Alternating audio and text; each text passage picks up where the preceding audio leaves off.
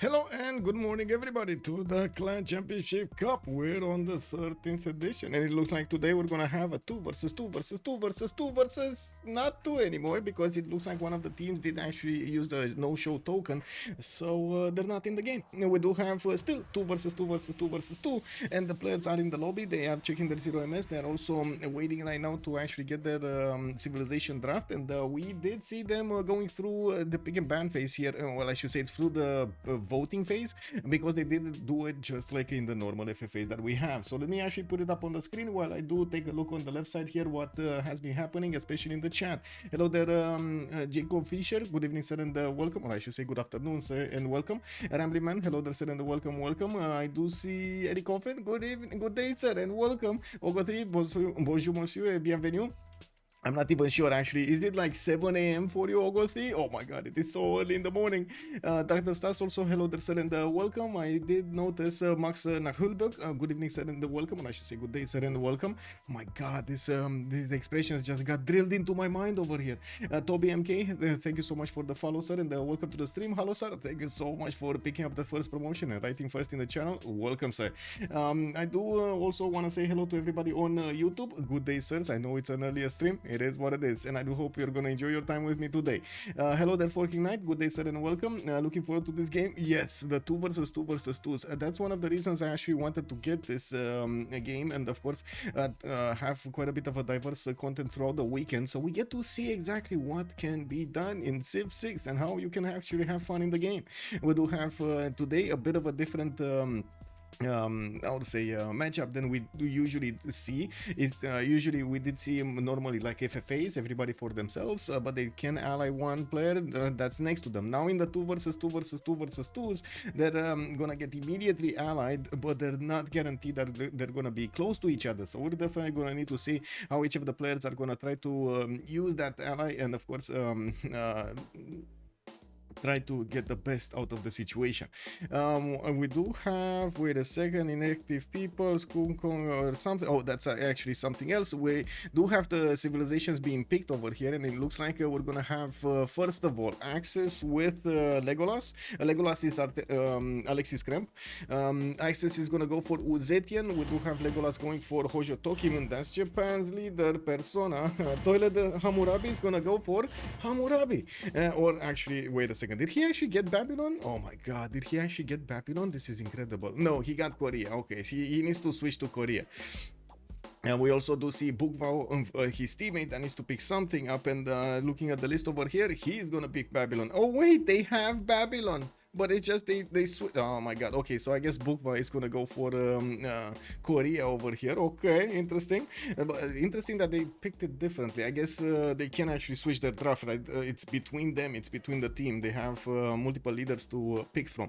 As the settings for the game, we do have the game being played on Rich Highlands. So I'm gonna need to switch the map over here on the Rich Highlands, and of course allow the players to double check the settings. Where is Rich Highlands? Give me a second. I need to find the Rich Highlands.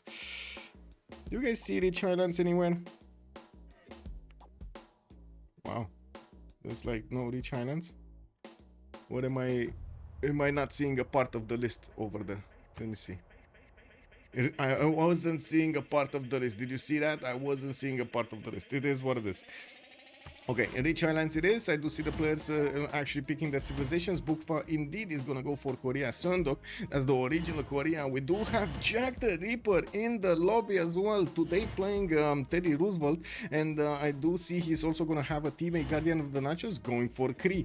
We do have Jules Forart with Pade Ball coming up for the Sharks. One is gonna go for Tokugawa, the other one for Tokugawa. Wait a second, I see double over here. What's going on? I mean, I know it's early in the morning, but really seeing double like this, double Tokugawa after yesterday's 2000 production Tokugawa. I'm not sure if we're ready for another one of these games. Anyway. We're gonna need to see what he's gonna pick. Rome, it's gonna be Rome. Okay, it's gonna be Rome. Very nice. So just waiting for the lobby to settle down. I'm gonna write over here. I will check settings, just to, you know, let them double check the settings. So we don't actually need to relobby or anything like this, and we should be fine. Okay, just gave them a few seconds to take a look at that, and we're ready to go.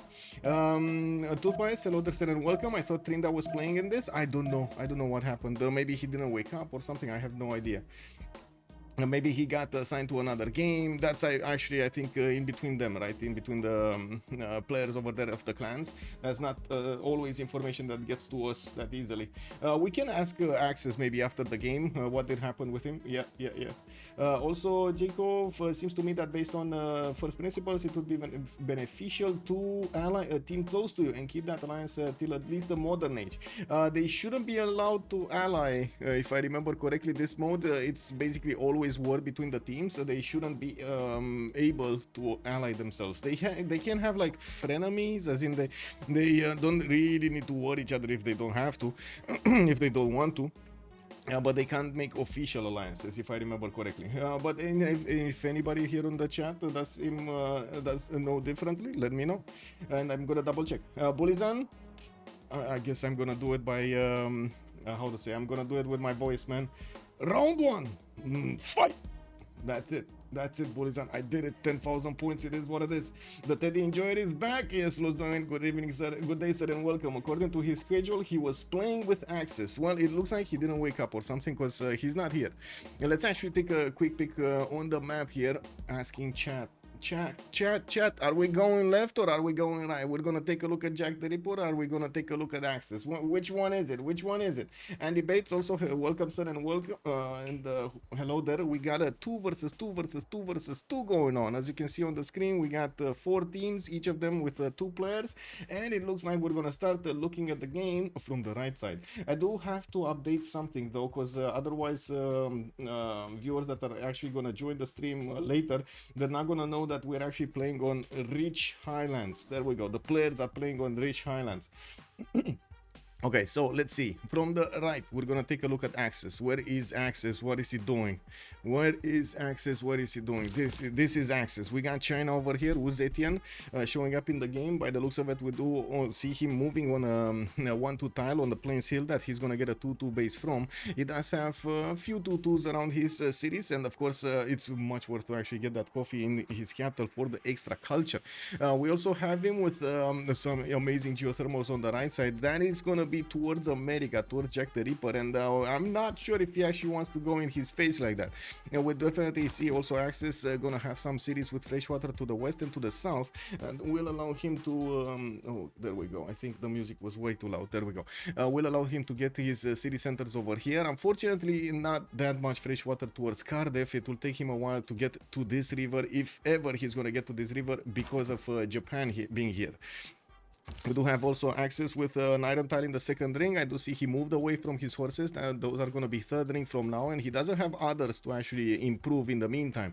Might actually want to settle another city, or hopefully he's going to get to settle another city next to one of those horse tiles, so he gets them cheaper to improve. Looking at his teammate though, let's actually see Hojo Tokyo. And you see how far away they are? They're like split apart. On either side, they're going to have like in between, on the right side, they're going to have Teddy between them, and on the left side, they're going to have Cree between them. That's a bit sad, but it is what it is. We do have Alexis Krem here with his refish tile, and I do see a turtle in his capital. That's going to be third ring. Quite expensive. Might actually want to get it with another city.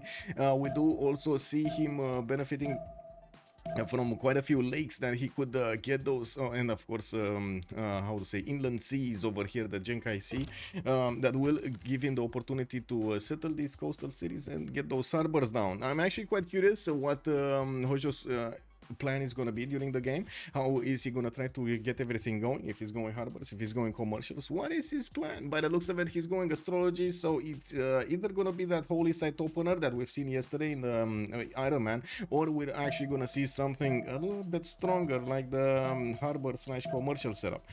We do have his scouts coming up in one turn. We do also see his iron is going to be in the capital and his horses in the second ring. Southeast, he has Gyeongju. And that's gonna be Korea over here. That's gonna be one of his opponents, Bukva. Now, I guess we're gonna need to take a look a little bit later to see how Japan is starting to get his cities out. Definitely, he's gonna have quite a few city spots here to go for. The south that he's gonna get the truffles next to, the east side that he's also... Nah, east side is kind of iffy. And maybe actually just settle the truffles over there. It's gonna be a better place than actually settling on his inland sea. And he's gonna need to start buying up tiles. That's gonna be expensive. I do believe this one would be a good one next to the oil, and it is what it is. Looking at Hammurabi, let's go and take a look at the toilet over here. Where is toilet? Here. Toilet is here. Southwest of Japan, west of Korea. And I gotta say, they are next to each other. We do have a team here that are gonna be quite close. This is the Scourge. We got Babylon here with his 2-2 base, also other cheap tiles that are gonna give him his 2-2s. Settler coming up in 4 turns, and I do see him benefiting from one of those goodie huts, the tiki huts in the northwest. And we have him with a second settler next to the bananas towards the northeast. 3 bananas next to an exploding volcano. I mean, I'm not sure if the volcano fed the bananas or the bananas are feeding the volcano. Can we actually have an answer to this? Finarfin, guten Tag, sir. How are you doing? How are you doing? Any there are a in any game? Oh, I see the jack, the toilet, and the access. Hojo Highlands, have I traveled back in time? Kebor also, hello there, sir, and welcome. I gotta ask chat. I'm sorry. I'm gonna take a moment over here and ask chat about this volcano. Is this volcano fed by bananas or feeding the bananas? Oh, this is the biggest question of them all, man. We need to ask chat over here about this volcano. Do you see this volcano right now? This is the biggest question. Is the chicken or the egg, basically? What did happen over here? Did we see bananas being fed by the volcano, or the volcanoes are actually getting fed by the bananas? What's going on? Volcano gonna be a giga chat. Civ6 retained his knighthood for 15 months. Volcano gonna be a giga chat and make the boom boom. Hello there, Porch. Good evening, sir. Thank you so much for the tier. What's up? Much appreciated, sir. Well, I guess I'm gonna leave you a bit of time over there. It looks like a volcano is feeding the bananas. Okay, that's what chat is saying right now. It's feeding the bananas. Surely volcano feeding the bananas with all of that volcanic soil just sprinkled in over there. Yeah. Well, I do see Babylon is gonna benefit also from a settler next turn. Iron in the second ring, and we do have horses to the top left. I do definitely see multiple rivers and freshwater cities that he can get here, and quite easily, quite quickly. We will need to see how he's gonna try to use his Palgums, and I'm pretty sure he's gonna get quite a bit of extra food over there with the Palgum bonus. And of course, we're gonna need to see also how they will try to make use of the proximity. They do have lake here, or I should say an inland sea, that at some point might actually give them trade routes between them. And we're gonna need to take a look later on in the game if Babylon is actually gonna send a city so far away to the east so he can connect his economy with Korea. This is gonna be extremely important during the mid to late game if they get the trade routes together there. Now, unfortunately, if they do send trade routes beforehand, trade routes might actually get to make those roads inland, and that's not going to help him at all because they're just going to choose the roads instead of the seas here. Let's take a look at Seondok also. We do have Gyeongju with settler coming up next turn. I do see he's going to have a few spots for his Seon, but not that many, not that good. He's probably going to put it over here on the 2-1. I think that's the only one that would be worth, right? Probably over here on the 2-1 to get 3 of these hills around it. Otherwise, he's gonna need to actually get something like bronze working, and he's definitely not gonna like this. This one only has a single hill adjacent. Not amazing. There was some changes of Korea, if I remember correctly, on the Sewan, but and I think we're gonna go through them a little bit later after we actually get through the early beginnings.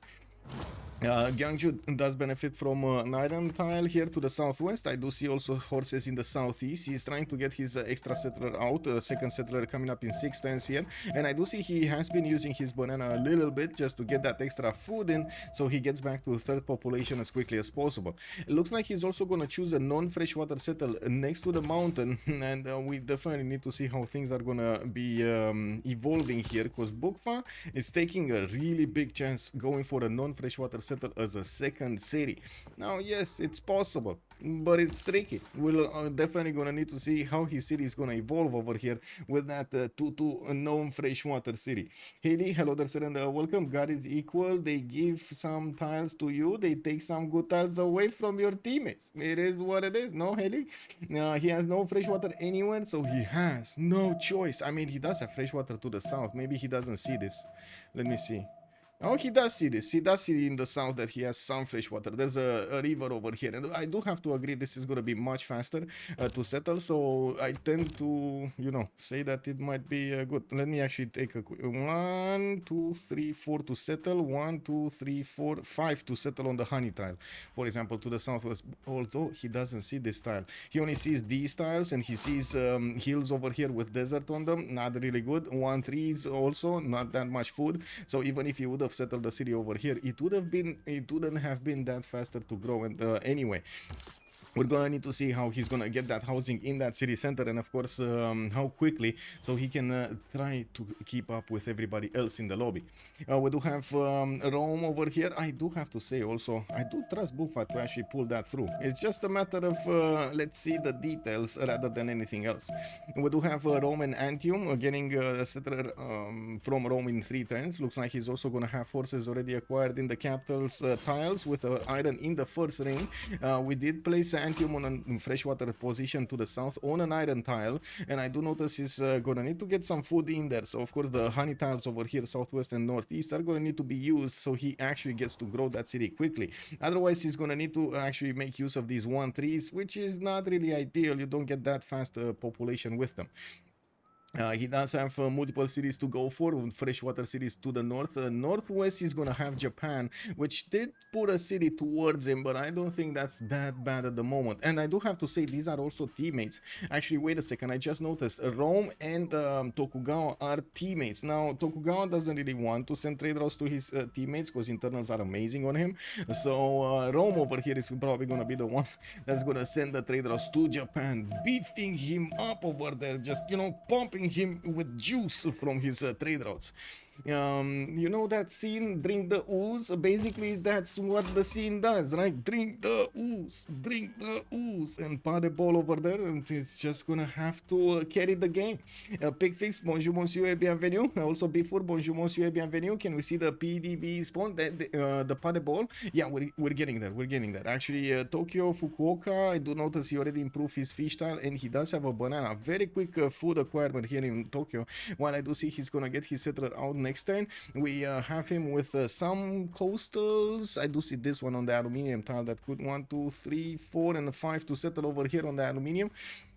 While to the north of Fukuoka, he's gonna have some inlands. We've seen yesterday that Tokugawa doesn't really shy away from getting inlands. It's just a matter of how he gets his core cities done, right? That's about it.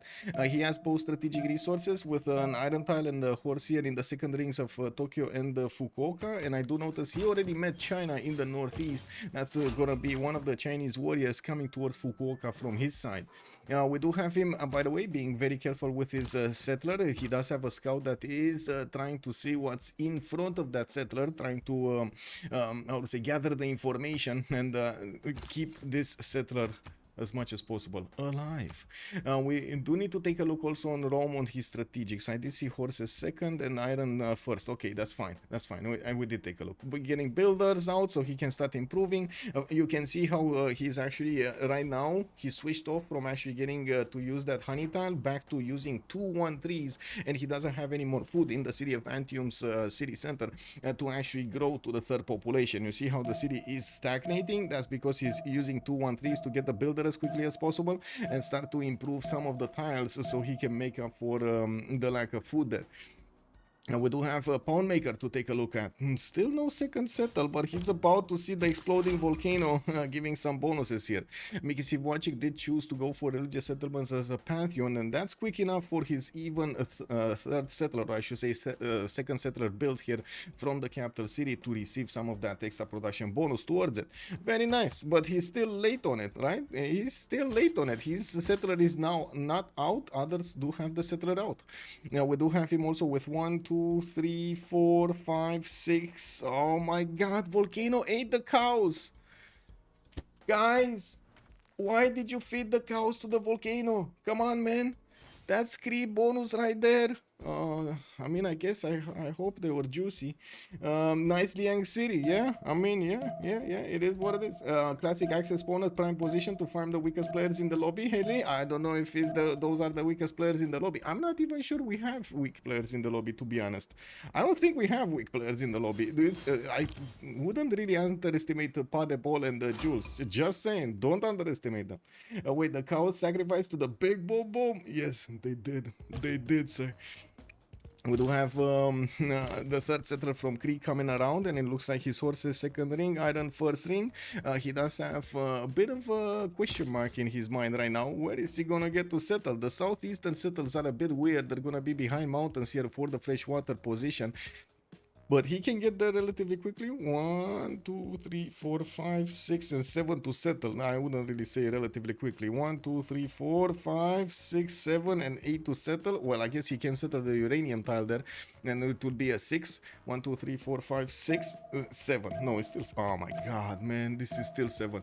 Yeah, I guess it is what it is. Let's actually see his vision. Yeah, he's going there. He's going for the uranium tile. It's a little bit quicker, but I guess it is what it is. And this one would have been better, actually, having access to how to say, bananas and a coffee tile on the right side for the extra culture would have been quite nice. And he would have been, yes, close to Japan, but not close enough to the coast that he would have been in danger. That's 4 tiles from the coast. It's not that dangerous.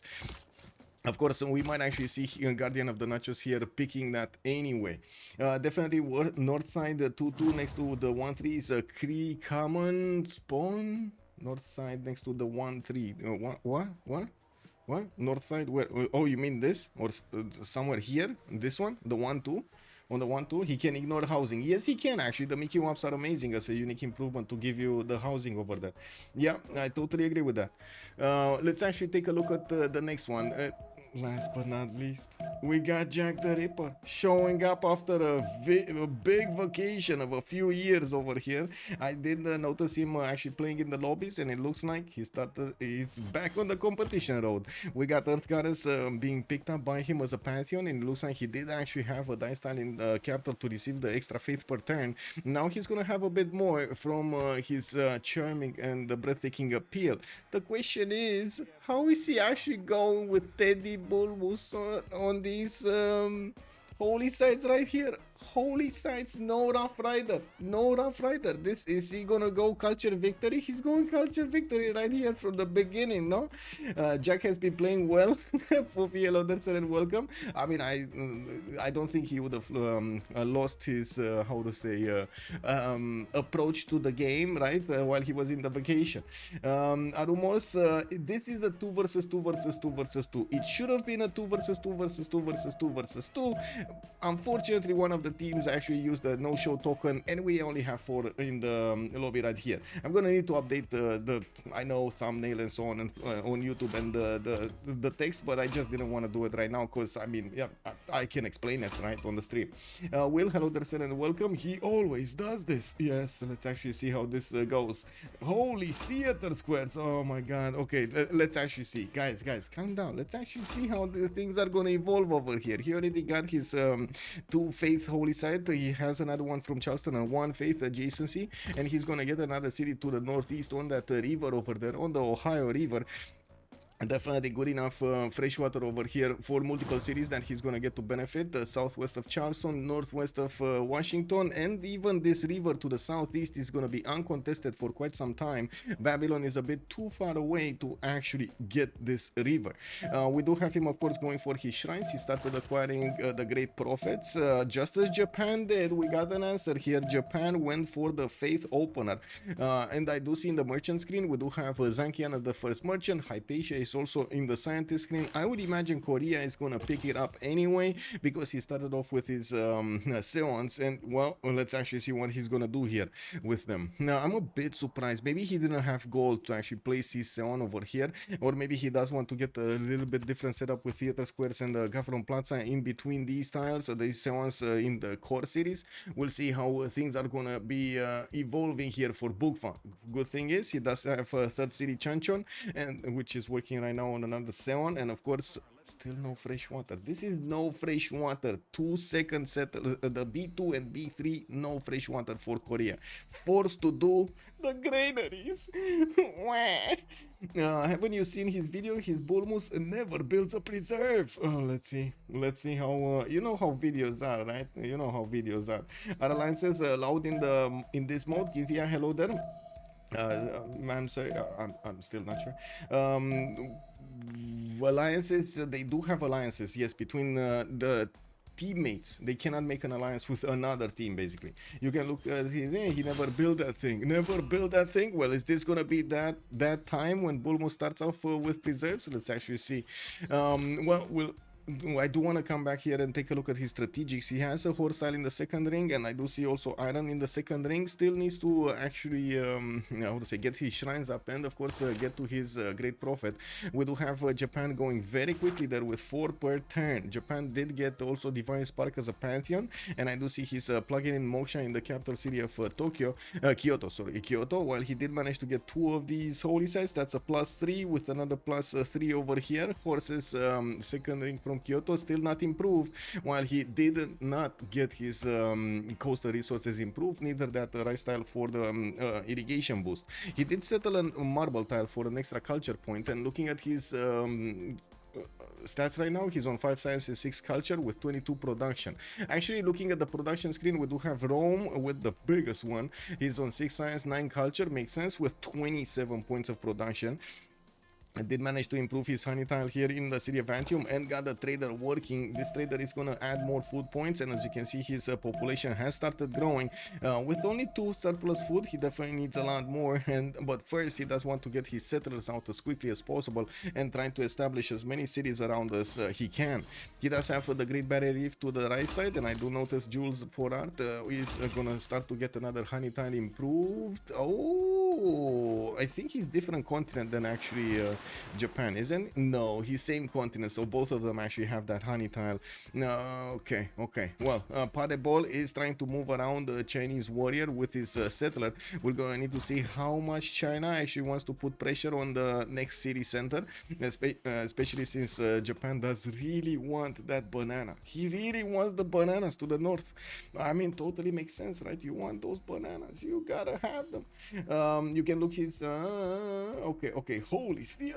Okay, let me actually put up on the screen here. Hello there, papas, and good day, sir. Wanted to put on my chats on the left side so I can see them. Now, what do we have on Uzetian? Lady of the Reeds and Marshes. Temenaki is beginning here in Beijing. He will manage to get quite a few extra production points, and I'm pretty sure he's going to plug in Liang in that city center. He did want to open up with Moksha for the extra culture point per population, and of course we do see a new builder being trained right now. We'll need to start improving his strategics at some point, and of course we're going to need to see how he's going to evolve out of this opener here. Now we do have here still nothing much happening. Hammurabi, and we do have him getting his campuses finally. Freshwater on teammate KW. Yeah, I mean, Korea is, I guess, a bit in a problem, right? Korea is in a bit of a problem. We do have the +4 campus here from Babylon. While he did manage to get his 4th city out, he's gonna start settling the north.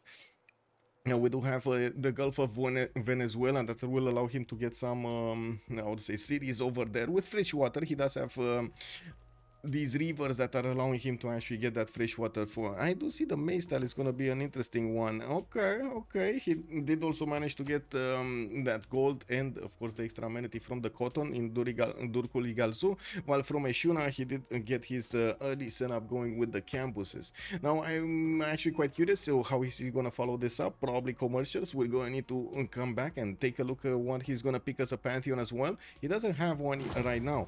What do we have here? Commercial Hub by Jules for Art. Rome is looking like to be the first one that he's gonna get his commercials out. Nailed the timing actually to get the settlers before he actually got to discover currency. And from what I do see, he's also making an interesting mix between campuses and commercials here. Will choose to go for Rome in the capital for a commercial. I would imagine he's also gonna choose to go for a Gavron Plaza here, and will want to use those internal trade routes for the extra production numbers.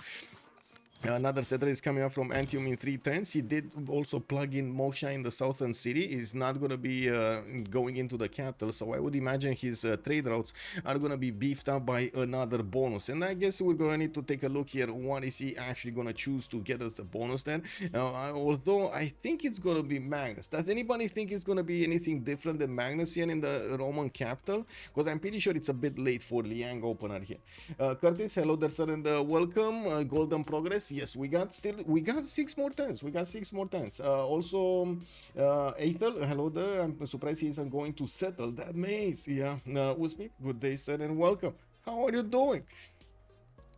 Looking at the era score screen, we do see Tokugawa still needs 8 points. We got Rome here needing 5 points. Sundok is gonna need 3. Hammurabi is gonna need 3. Legolas is gonna need 4, and that's it. Uzetian already got his points. Jack the Ripper already got his points, and it looks like he might actually go over, because I'm pretty sure he should be able to get enough of these Great Prophet points to recruit the Great Prophet and also be able to establish his religion. It wouldn't be the first time that we actually see players trying to not get the religion in the first era and get it in the second one. So it's much easier for them to get the second golden, not the first, because they already achieved that, right? They are thinking for the future and trying to get the era score points in the next era.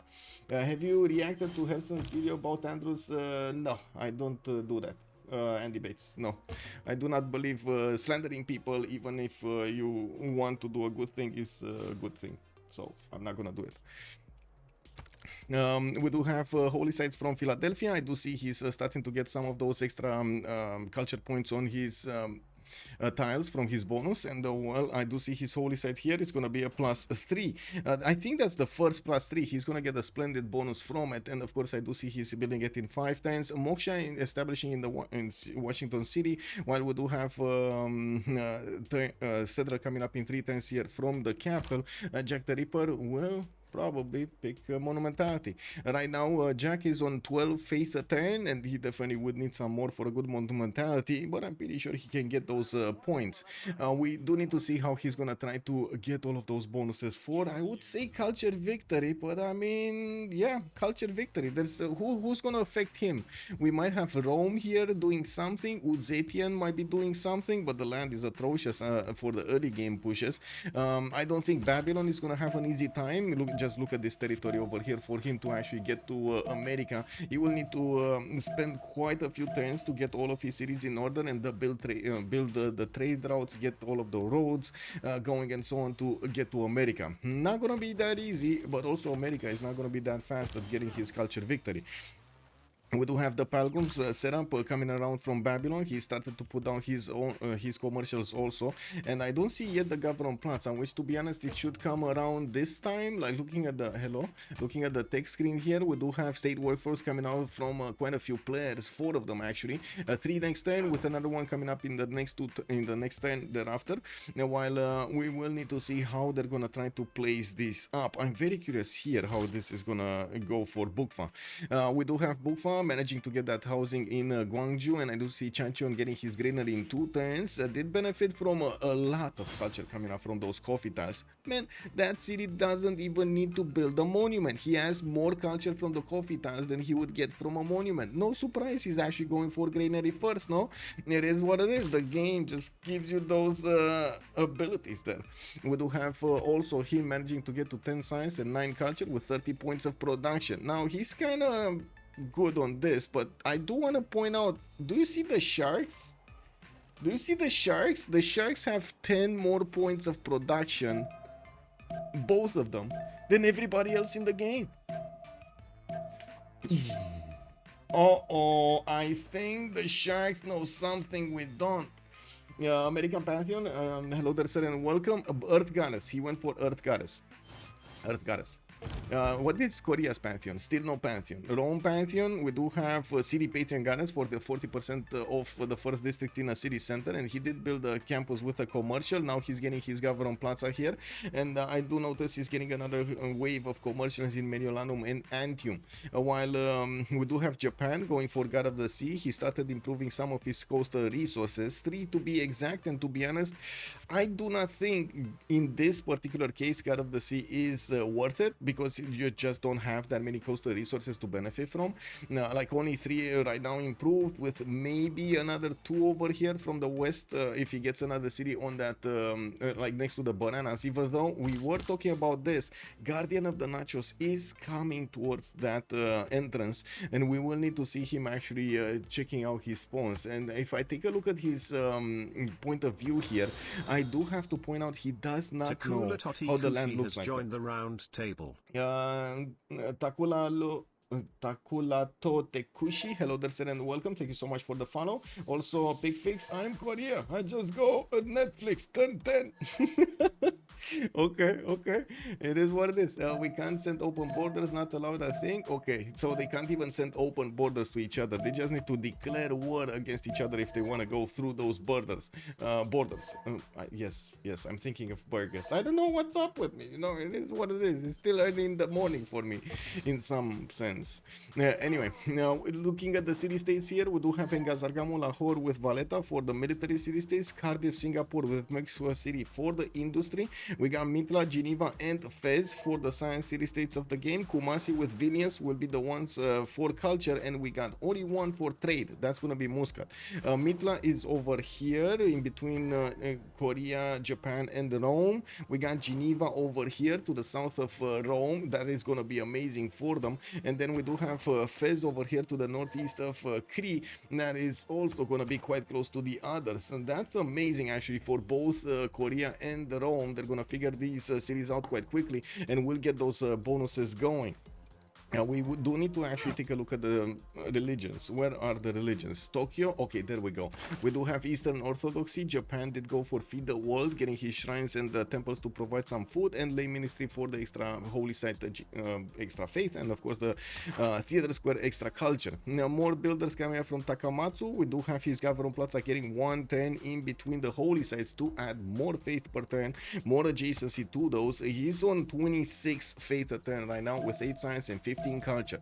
Now I do want to take a look here. So America just needs 1 turn. Like next turn he's gonna pick up religion here. He's gonna pick up a great prophet. Actually, I don't think he's actually gonna pick up a religion next turn, because in the era score screen he went over, right? He's 26 out of 19. I don't think he wants to pick up a religion here. He would be what, 30 out of 19? That would be quite over the necessary points. We do have also everybody making it to the golden age. Look at them, 19, 19, 20, 26, 20, 22, 26, and 30. They made it. Zegmus, hello there, sir, and welcome. Jack is back. I mean, he's been online for quite some time here in the communities. He just has been playing. I don't think he has been streaming. Has he been streaming? I didn't actually see him. But anyway, we're gonna get to see him play right here on the stream. Jack did get his great prophet, and as you can see, he does have a Babylonian scout. I don't think they were allowed to do this, right? Jack delegation. Linda is gonna be furious. I think that okay. Well, I guess it is what it is. We will need to see what's going on with the open borders and stuff like that. Uzetian, Lady of the Reeds and Marshes, still needs his Temenanki to get all of the bonuses in Beijing. He did have 2 tiles over there, but as you can see, he doesn't have other 2 tools or easy to acquire 2 tools to beef up his production. So he's forced to use these 3 1s and 4 1 rice tiles, which will increase his population quickly, but not give him the production he wants. He does have Moksha and Shendu. He does have his builders moving around, starting to improve his amenities here. While we are 1 turn away from the Golden Age, we're gonna get to see what the players are gonna choose in their Golden Age bonuses. Let me actually take a look here. We got score screen at the moment. We do have Team 1, Bukva and Toilet coming up first here with 176 points. D-Shark is coming up second with 173. Legolas with Axes are coming up third with very close points, 170. Only 3 points between the teams right now. 3-3-3. It's only oh my god, Jack the Reaper and Guardian of the Nachos, they're over there with 130 points. What is going on? How is Jack gonna come back into this? And of course, Guardian of the Nachos, man. You can't let the nachos being stolen, no? You gotta keep them. Jack the Ripper on Teddy. Yeah. I mean, it is what it is. Bonjour, Monsieur Rafifi. Welcome, sir. I mean, and to be honest, I've seen actually Jack quite a few times on America. It's gonna be quite something. Well, I can't wait to actually see everything evolve over here, because it's definitely gonna be quite something later on in the game. Looking at the eel stamp, let's actually take a look at their bonuses, right? Okay, Teddy Roosevelt did go for monumentality. Right now he does have irrigation being discovered, 9 science, 9 culture, with 30 faith a turn. He did plug in Moksha in the capital, did not get the extra promotion for Moksha for his population point. We would need to see it appear over here soon, and of course since he doesn't have Pembrush and Boys, he doesn't get the culture from his districts. Fourth city moving to the east somewhere, or northeast, I'm not sure where this guy is going, but I'm thinking around here somewhere. Although he could have gone to the northwest, let me actually take a look at his vision. He might not see everything. He does see. Okay, so I was expecting him to actually settle the coal tile over there to the northwest. He probably doesn't like the appeal of all of those tiles, with the marsh tiles and those wheat tiles not having that much appeal. If you take a look here, I mean, this is not much better either, right? He has a lot of rainforest tiles to the right side. Oh, that just looks terrible, to be honest. It looked much better on the coal tile. Yeah, it is what it is. Anyway, the extra food here on the cattle tile would be quite amazing for him. We do need to take a look on Pound Maker, 11 science with 11 culture. Pound Maker 4 city strong. Religious settlements got acquired quite early. Governor Pingala in the capital, and I do see he already has his 2 trade routes connecting 2 cities. Pikto Kahana Piwi Inn did actually get settled on a non-freshwater placement in between the mountains on a horse tile. Didn't want to go another tile over to actually settle a 2-2 base and get the freshwater immediately, which will, of course, yes, require some of his housing work over here. Housing magic. The Mickey Wops are gonna need to be established here on his tiles. I think we don't have a Mickey Wap yet. I don't see a Mickey Wap anywhere. Anyway, we do have him with some Okchitaus protecting his traders, and I do see he's going for his monuments with a little bit more science, because he did open up with Governor Pingala. He does need to make up for the culture. This is going to be important for him to get to feudalism, but not too quickly. You need to know when to accelerate and when to slow down, so you can actually manage to get everything done properly.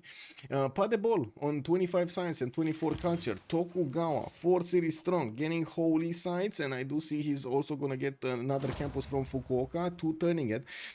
That's a +4. He does have a holy site that's a +2 next to it, and of course it will become a +3 when he's gonna get his campus done. Now we do have a lighthouse from Okayama. We also have a builder here from Tokyo, and we do still have quite a few resources for him to improve, not to mention cities to settle. I would imagine he's gonna want to take this western side of the coast anyway and deny Kree a settle over there, but that would expose his city towards Korea and towards Kree. I'm not that convinced he's actually going to want to take that risk. We're going to need to wait for him to show us here. Lighthouse is coming around for the extra trade routes, and of course we will need to see how he's gonna set up the trade routes with Rome. They are allied, and Jules Forart is definitely gonna want to get a city here somewhere, probably here. Then that's my question: is Japan gonna put a city on the southeast, or is Rome gonna put a city on the southeast, in between them on that oil tile, so they could trade directly cap to cap? It's funny how Tokugawa and Rome can trade, but it's Tokugawa. Exactly, that is exactly why it's funny. It's Tokugawa. Only Rome, man. Rome is gonna tell Tokugawa all game long, drink the ooze, drink the ooze. Can you imagine how many bonuses he's gonna get from all of the trade routes of Rome being sent to the cities of Japan over there, while he's also beefing them up with his own trade routes? Amazing. A city with mountain tiles, except if you're Pakachute, never put it down. Toilet and Barbos are teaming up. Yes, speaker. Good day, sir, and welcome. Jack is Jack the Ripper on what is the world? Yeah. I mean, we are used to seeing Jack the Ripper on nations like, I don't know, Shaka, Mongolia, stuff like that, right? He usually is quite aggressive. This time around, Jack is gonna say, you know what? I can do the Simic. You know, just watch me. It is what it is. Let's actually see what what's going to happen. Let's come back to Rome. We do have him on 5 cities. Audience chamber coming up in 3, and he does have quite a few builders running around here with 18 science and 28 culture, 57 points of production. I do see that Sharks are actually keeping their lead in the production screen versus the other players in the lobby, with 60 on Padebol and Jules on 57 over here on Rome. We do have him also starting to improve some of his strategics. Still no iron improve, because I'm pretty sure he didn't discover bronze working. He's going for apprenticeship to get the extra production bonus on his mines. And I do see he did manage to get what? City Patron Goddess as a pantheon. Okay, moving forward. Sundok. Let's see. Bukva. 24 science and 37 culture. 2 cities that were non-freshwater from the beginning. He did manage to get market out, being built in Guangzhou with his Pingala coming up next turn. While I do notice in Chanchon, he's getting his builders out to start improving the mines around that Seon, and of course improving those coffee tiles, which will give him the extra amenities that he's probably going to want to trade away anyway. Joining Cashless, hello there and welcome. How does the game manage allies on the map, please? Is this BBM also? No, they are allied already with each other. So you do have team, you see right below their portrait on the top part of the screen, you see they have some colors as a ribbon right below that, right? It's orange, red, blue, and then gray, sorry. So those are the teams. Those are the teams. Jack the Ripper with Guardian of the Nachos, Padebol with Jules, Bugva with Toilet, and then we do have Legolas with Axis. Legolas is actually Alexis Kremp. If you, I'm pretty sure you know him from the CWC teams, and he's also the organizer for the Royal Rumble, the 1v1. Jacob, how is Legolas failing? We're getting there. I can only say Legolas did choose to go for Faith, did choose to go for the Holy Site opener, so that is a little bit slower at the beginning, but manages to catch up in the mid part of the game. So we're gonna need to see him actually getting to catch up in the mid part. Okay, so on Bugva, we do have him managing to get his audience chamber here, and I do see he did choose Pingala here, Moksha in the capital. Chanchon will probably need to get another one of these governors, and I'm curious which one is it. He's going for the pyramids in Jinju, and he did go for Goddess of Festivals. That will add another point of culture on all of his plantations, and I do see he has quite a few of them. 2 bananas in the capital with, let's see, the 3 coffee tiles in the north, that's 5. Oh, 3 bananas in the capital, and that he's gonna get the extra culture. Very nice. And he did also build Temple of Artemis, which again is gonna give him so many amenities here.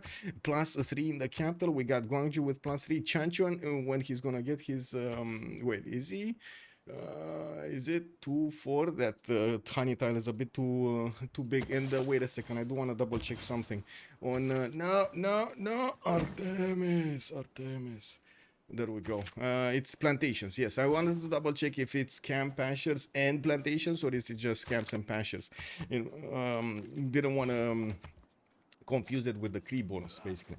I don't think he is. He just went religion first. Yeah, exactly. He just went religions first, basically. And coming up next, let's see Hammurabi. How is he doing? We got him on 4 series. Going for early Colosseum here. Entertainment complex from Durkuli Galzu. Or, well, actually, early Colosseum. He's going for the Colosseum, I would imagine, with the entertainment complex being placed so early. He did manage to get Zhang Heng as a scientist. And I do have to point out, Korea did pick up a Hypatia earlier. So they do manage to actually get the early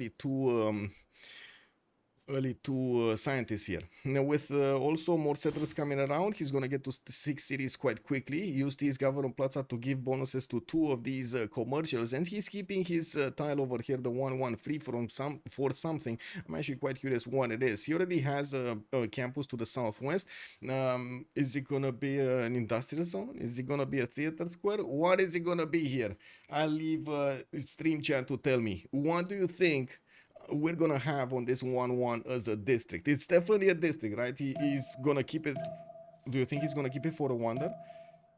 Theater, Orpheus, hello there, sir. So we got one. Spaceport. Oh my god, this guy is spinning Spaceport from turn 1, man. I mean, no surprise you actually wait for him 5 minutes to do all of his setup in his mind, right? Dark Speaker is saying also theater. Okay, we got 2 votes for a theater square. A fun time, Casimir Miller. Yes, I mean, you do need the food, right? It makes sense. Anyway, audience chamber importance here. We do have Pingala establishing in Eshuna. He's getting a vote for Omari the city that he got placed to the northwest, and I do see he's getting scouted out by Kree to see how his land looks like. 27 science and 30 culture does look like a strong opener. 66 points of production is putting him quite close to Tokugawa 70. That is still a bit more than Rome, and it looks like they actually are managing to catch up from the early advantages that the Sharks did have. It looks like the others in the lobby are starting to get those production points going, and I do have to mention Faith Civs. You do need to add a little bit of a ratio of their total faith number to, of course, the production number, because they are converting that faith into production, right? Builders, settlers, something else. It's still something, right? Toilet and Barbos looking really strong. They are. Also, I gotta say, kind of all of these teams look very strong here. Yes, we got some middle pack over there. In the middle, Padeball, Jules, Pukfa, and Toilet do look quite strong at the beginning. But I gotta say, Legolas and Axis are just about to get their things going, and Jack the Ripper with Guardian of the Nachos are doing just the same. They definitely had less trade routes at the moment. And we do have currency on Legolas also coming up for Hojo. Hojo Tokimun did open up with Holy Sites, and I do see he did follow up with Theater Squares. Got his Hanging Gardens, which will give him the 15% more growth in each of his cities, which is gonna be amazing. Going for another city, I'm actually quite curious. Is he going here? Is he going here? Okay, there we go. The safety settle on the truffle tile over there.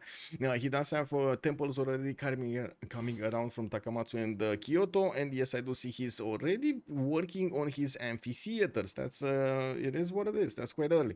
Got his fish improved and the turtles for an extra amenity, while I do notice he's right now on +3 happiness in multiple cities. He's gonna get those extra 3 cities going to have 7. Looking at also his production, he's on 51 points of production, only 12 science, but he does have 37 culture.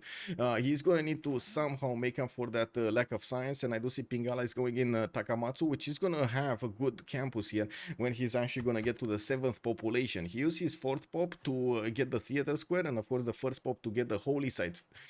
Looking at Axis, 16 science and 26 culture on Uzetian, still on 3 cities, got his Temenaki going. It did manage to get the builder and started improving those farms around it to get the extra science points and also the extra production on all of those. Didn't get to put Liang in there, and I gotta say this is a bit of a different approach to when we do see nations that are going for a Temenaki in one of their cities. They usually do try to prioritize getting Liang as quickly as possible to give him the extra production on those tiles. It looks like he chose Moksha in the capital. He chose also Taiwan, his 2nd city, to get Pingala. It's establishing that in 3 turns, and he's going for his markets right now. He's gonna go also for Wolo's throne, which is a bit of a surprise. Wait a second, is he actually gonna attack some? I mean, this is, if this doesn't spell it, he's gonna attack something, I don't know what does. His 4th city is deploying to the southwest, and I gotta say he's kinda late on cities, on city count. 47 points of production, not that big right now. He's gonna get his 5 cities, but you do see he's kinda low in city count versus the others at the moment.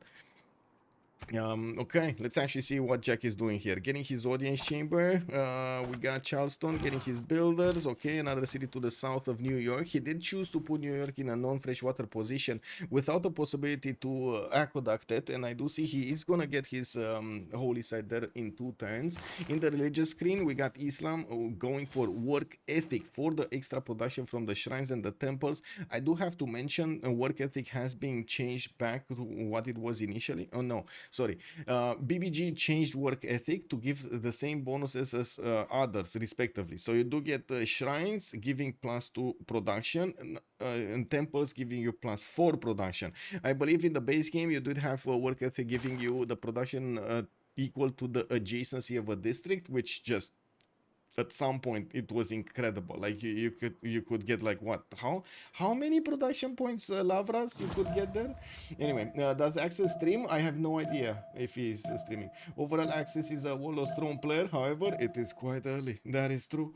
Did Alexis take Defender of the Faith? He looks awfully vulnerable. I don't think so. No, he got a lay ministry with Feed the World on Japan. You're asking about Japan. Pedro, like previous work ethic and plus 24 production. Holy site. Exactly. yeah, exactly. Zelfer also, bonjour, monsieur, bienvenue. It's not a super, okay. Access goes Warlords every game. I did actually point out quite a few times that Warlords Throne does have a very, very good return later on if you don't need the food and the housing for the audience chamber. Now, Ancestral Hall would have helped him to get a lot more cities over here, but I do have to point out China is, especially this China, it's kind of a war nation. It's not really one of those seamers. So we're going to need to see how he's going to try to use those war bonuses against his opponents here. Looking at also Rome, we do have more settlers coming around, and I do see Japan is actually gonna be the one that is gonna put a city so they could trade between each other here. We're gonna have audience chamber in Tokyo in 2 turns coming around, and I do notice here Rome is gonna be on 2, 4, 6, 7, 8 cities, 8 cities. Or at least for the moment. I don't see a city yet moving to the southwest. I do see the Young Mediolanum that is going to protect some of the tiles here to the left, and I don't think he actually went for the no, he didn't go for the food production, for the right tree Liang.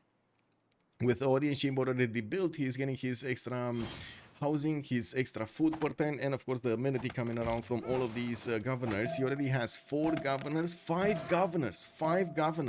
He didn't go for the second promotions here. Probably Magnus is gonna get it soon, because there are more and more trade routes being connecting his other cities to his capital. So definitely he wants to get his Magnus in order, getting him the provision for the +1 food and +1 production.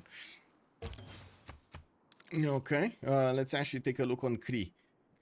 Also working on his markets. Settlers coming up from Mikisiwachi, Mistavasis, 3 turns over there. Pictoka Hanapi will want a granary. This is quite surprising to me to see a granary being chosen to be built here, because I was expecting him to get Mikiwaps. He does have a Mikiwap here on the 2-1 that he can place next to those cattle tiles. Another one over here that would also get the bonus. Actually, yeah, this is the only one, right? He could get. He can't get the food and the gold next to the honey tile, but anyway, it is what it is. We're gonna need to see him put down quite a few of them, because he's getting the housing from them. That's my question mark. He could have gone a builder, get the Mickey Waps, get the immediate housing, and of course the other bonuses that you would get from a Mickey Wap, and have good tiles with good housing at the same time. Makes total sense to me, you know. Casadani, hello there, sir. Can you explain? Casadani05 has joined the round table. Can you explain to me how I can remove the rebellion from the city that I conquer? Thank you so much for the follow, sir, first of all. And second of all, yes, you need to take a look at the loyalty, and you need just in basic terms, you need the loyalty here. It's gonna show you how much you need to make up for. So you have right now, you see the city is going very, very, very much over the necessary loyalty that you need to acquire to keep it loyal. Depending on the era you are in, proximity to other nations, their population points and so on, you're gonna have a problem. So with loyalty, or not have a problem with loyalty. You can use governors to actually slow down the loyalty. You can use some of the cards to slow down the loyalty, some of the cards from the Civ6. I'm not sure exactly where they are, but I know, look, there is a card over here for the 2 loyalty per turn for cities with a garrison unit that could help you out. Although that is extremely punishing to actually use in a government if you don't need it really badly. One card is extremely useful. You can also, you need to pay attention to the population that is giving pressure to that city that you're conquering over there. For example, conquering cities from around that will also stabilize that other city loyalty. And also, if you do manage to get higher pop cities around you from your own cities, it will help you with the stabilization also. Okay. I think that, I mean, there might be some details over there, but I think that's the basic. We do have some more builders coming up in Okayama. I do see commercial hubs coming up in the northern city. He's going to get his Stonehenge. So Japan is also, Hojo Tokyo in Japan is also going to have one of these religions. And I would expect he's going to want Zen meditation for the extra amenity. What was, okay, there we go. We got Jack over here with a 78 faith a turn. He just went past Legolas 69. And I do see he's on 20 science with 35 culture. Still needs to improve quite a few of his styles, getting more holy sites and putting down more cities. 2, 4, 6 at the moment, with no more settler coming around at the moment. We do have Magnus established in Philadelphia. He started getting all of those bonuses from his I would say, from his nation, from Teddy Bulmus. And I do notice that stone did get chopped, but didn't get re-improved. I guess he doesn't want to lose the appeal over there. We do have him, of course, going for his extra amenities, so he can trade them away. And did he chop the dice tile? Did he actually chop the dice tile? Because this looks like a very bullied dice tile. Is it just me, or this looks like a very bullied dice tile? Also, speaker is saying it's adding more points over there to what I was saying. Kill more cities or Sus Preslav. Preslav is definitely gonna help. Yes. You gotta chop the rainforest. Chad moves. Yeah, Chad moves. Bullying a dice style. Man, I think he actually wanted to get the coloring book going, you know, with all of those colors over there from the dice. But it just didn't work out. It is what it is. We do have also Pingal establishing in New York. He did go for audience chamber, so again, extra housing is going to come out from these governors with the help of the governors, and I would expect he's actually going to put a governor in New Orleans as well. Looking at Bukva, we do have him with extra settlers starting to move to the west side. You do see that he's actually going for Great Library here from Chanchon, and did plug in Governor Victor into the north, because yeah, he does have adjacency to Cree right now, actually almost touching borders here. There's only a hill being split between Cree and Chanchon. And while I do see Japan is also starting to get horses, this is Legolas with Hojo Tokimun that might have something to say about Cree being too close to him. We do see horses coming out from Korea. Definitely he wants to beef up his garrison defense strength, which usually you do want to have at least the classical unit strength. I think I actually am missing something. There we go. Yeah, I was missing something. The music kicked double. By the looks of it, we're also gonna have Rome over here with 27 science and 37 culture, getting more cities on the east. I do think he's actually gonna put a non-freshwater city to the east next to the mountains, because it's too far away to go for that dry style. Even his population is gonna start losing loyalty over here, or I should say he's gonna be at the edge. You see the minus 20s. Minus 20s is because, well, I'm a spectator, so they don't see the loyalty in between. I don't see the loyalty as they are seeing the loyalty being on the map. I'm pretty sure over here the loyalty is being balanced out between the two nations, right? So whoever's gonna be in a golden age will actually affect these cities a little bit stronger, a little bit, not too much. We do have an industrial zone from Rome. He does have a bath placement to the west side here, and I do notice he got quite an army of builders to start improving his tiles. Definitely wants more food in Antium, and did get an entertainment complex. I don't think he actually got the Colosseum though.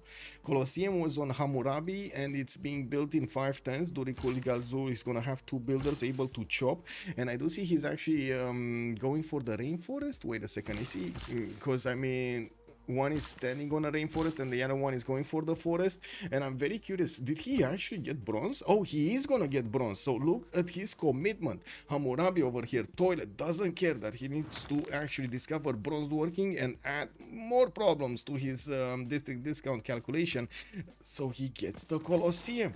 Is that a good move or not? That's the question we need to answer over here. It looks like, you know, sacrifices.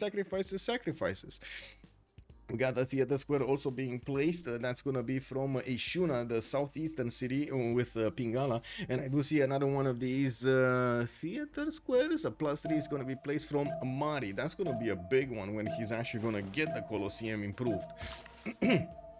Nobody is saying anything here. Is this a Chad move, or is this not a Chad move from Hammurabi? From the toilet. The flying toilet. Exploding volcanoes galore. Mega colossal volcanic explosion. Oh my god, mega.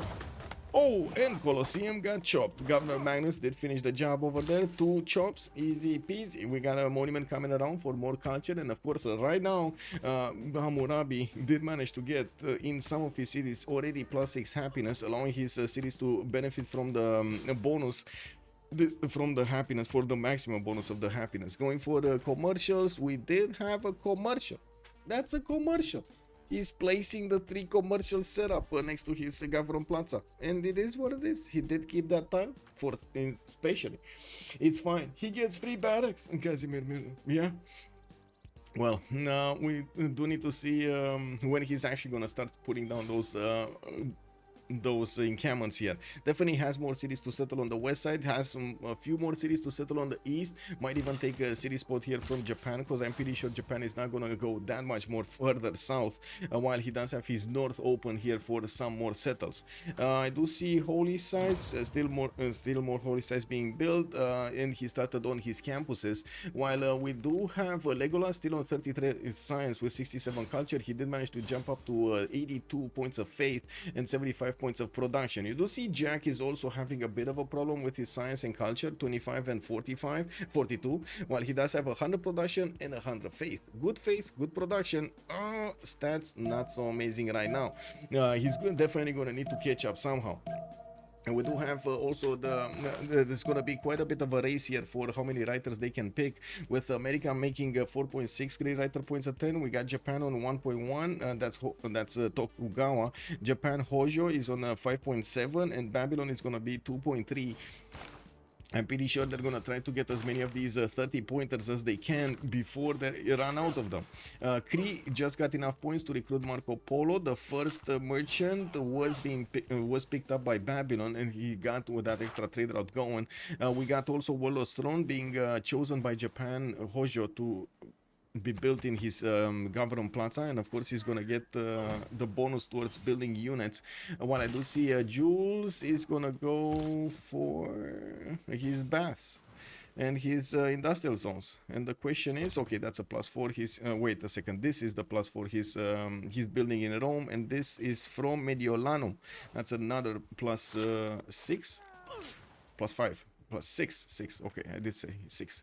Money in Aquilea, we do have him improving his forces over there, and of course did manage to get Ravenna to the west of Puteoli, grabbing a bit of another tile here from the north.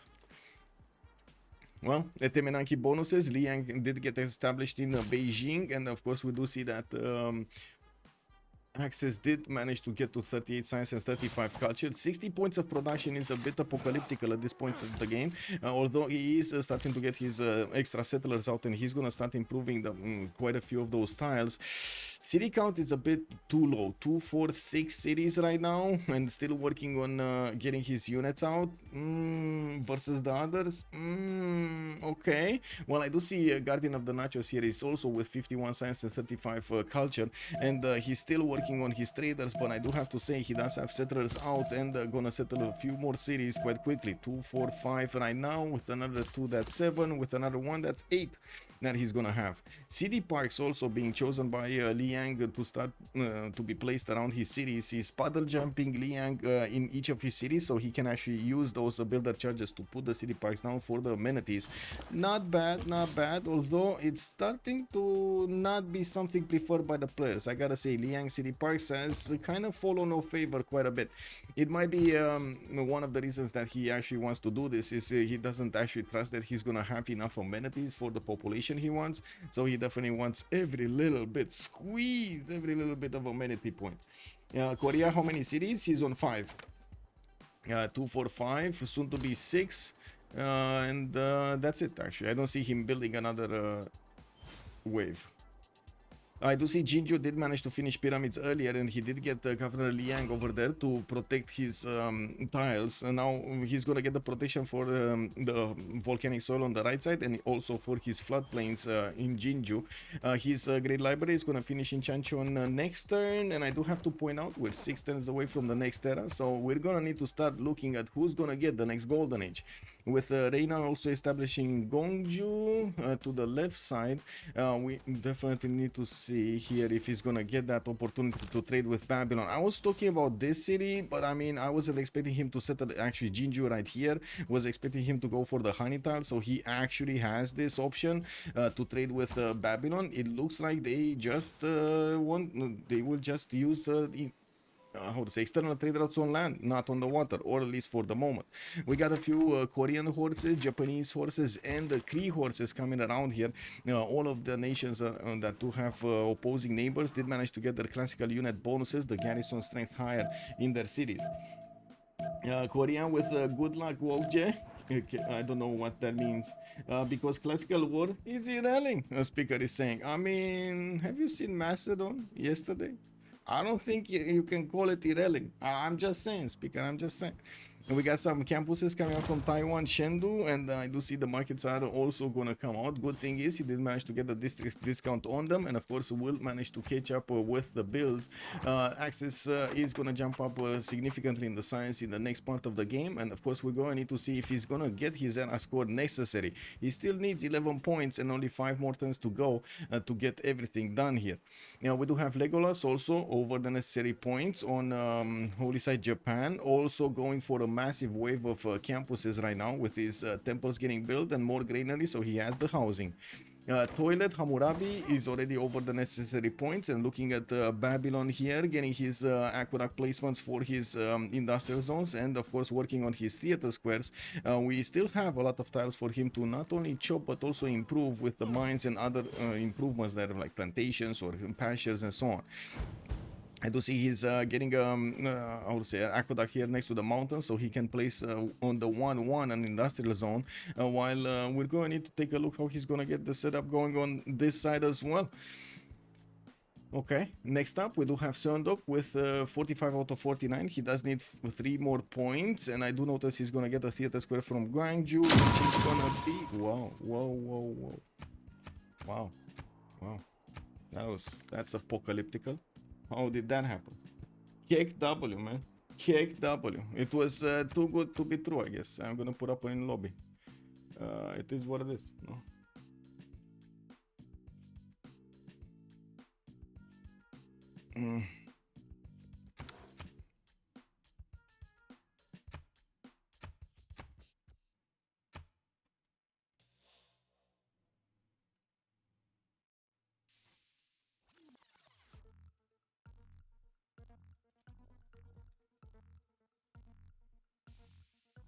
Wow, that was weird.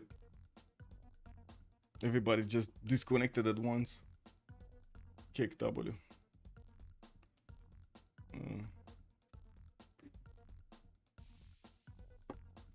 Think I'm gonna need to make another coffee in the meantime. Oh well, it is what it is. Iron Man game, exactly. It was so clean. Yeah, suspiciously good. Suspicious. Yeah, Zero, hello, Derson, and welcome. Yeah, it is what it is. Yeah, it is what it is. Let me put another coffee on the grind.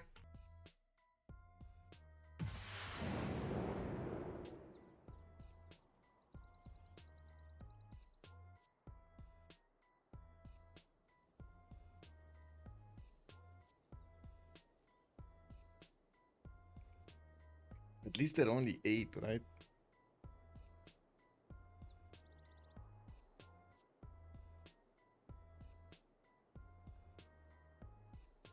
Five rejoined. We need 3 more. You can see the desync number on, or I should say the resync number on the right side of the screen over there. It says 5 right now.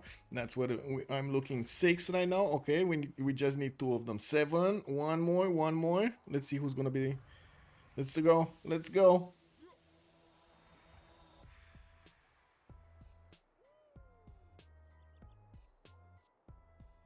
Come on. Who's the last one over there?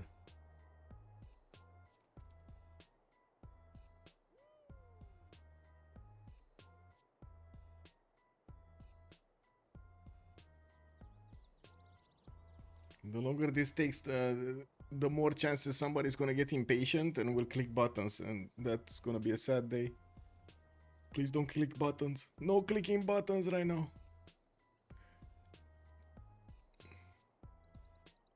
Ah, there we go. The 8th. And let's see the game actually start. Will all the teams go for a military alliance? That's a good question. We're gonna need to figure it out. And there we go. We actually loaded in successfully. We got China starting to move his forces towards the south to get some defense against Rome. And of course, we do see he's going to finish those campuses soon. Markets coming up from Beijing. More of these libraries from Taiwan. On Hojo, we do have a samurai coming up from Kyoto. He didn't want to get the era score from it. And I do see Hojo is 5749. Actually, did he need the era score from it? Because he's well over. He might want it just for the extra defense that he has on the garrison. And of course, to the Southwest Babylon here. Didn't really build that many units anyway. To be honest, I don't think at the moment Japan has anything to fear, and of course we're going to need to see how he's going to try to get to set up his defense, and he definitely needs to be ready for any kind of offense coming around from his opponents. Looking at Kree, he's getting his encampment training project from Aktakakub. Looks like that is the first encampment that we get to see on the map, with another non-freshwater settle being sent to the east side. He's also gonna try to get as quickly as possible his bonus points for a golden age. He's on 47 out of 49, and I don't see Mickey Wops. Really? There are no Mickey Wops.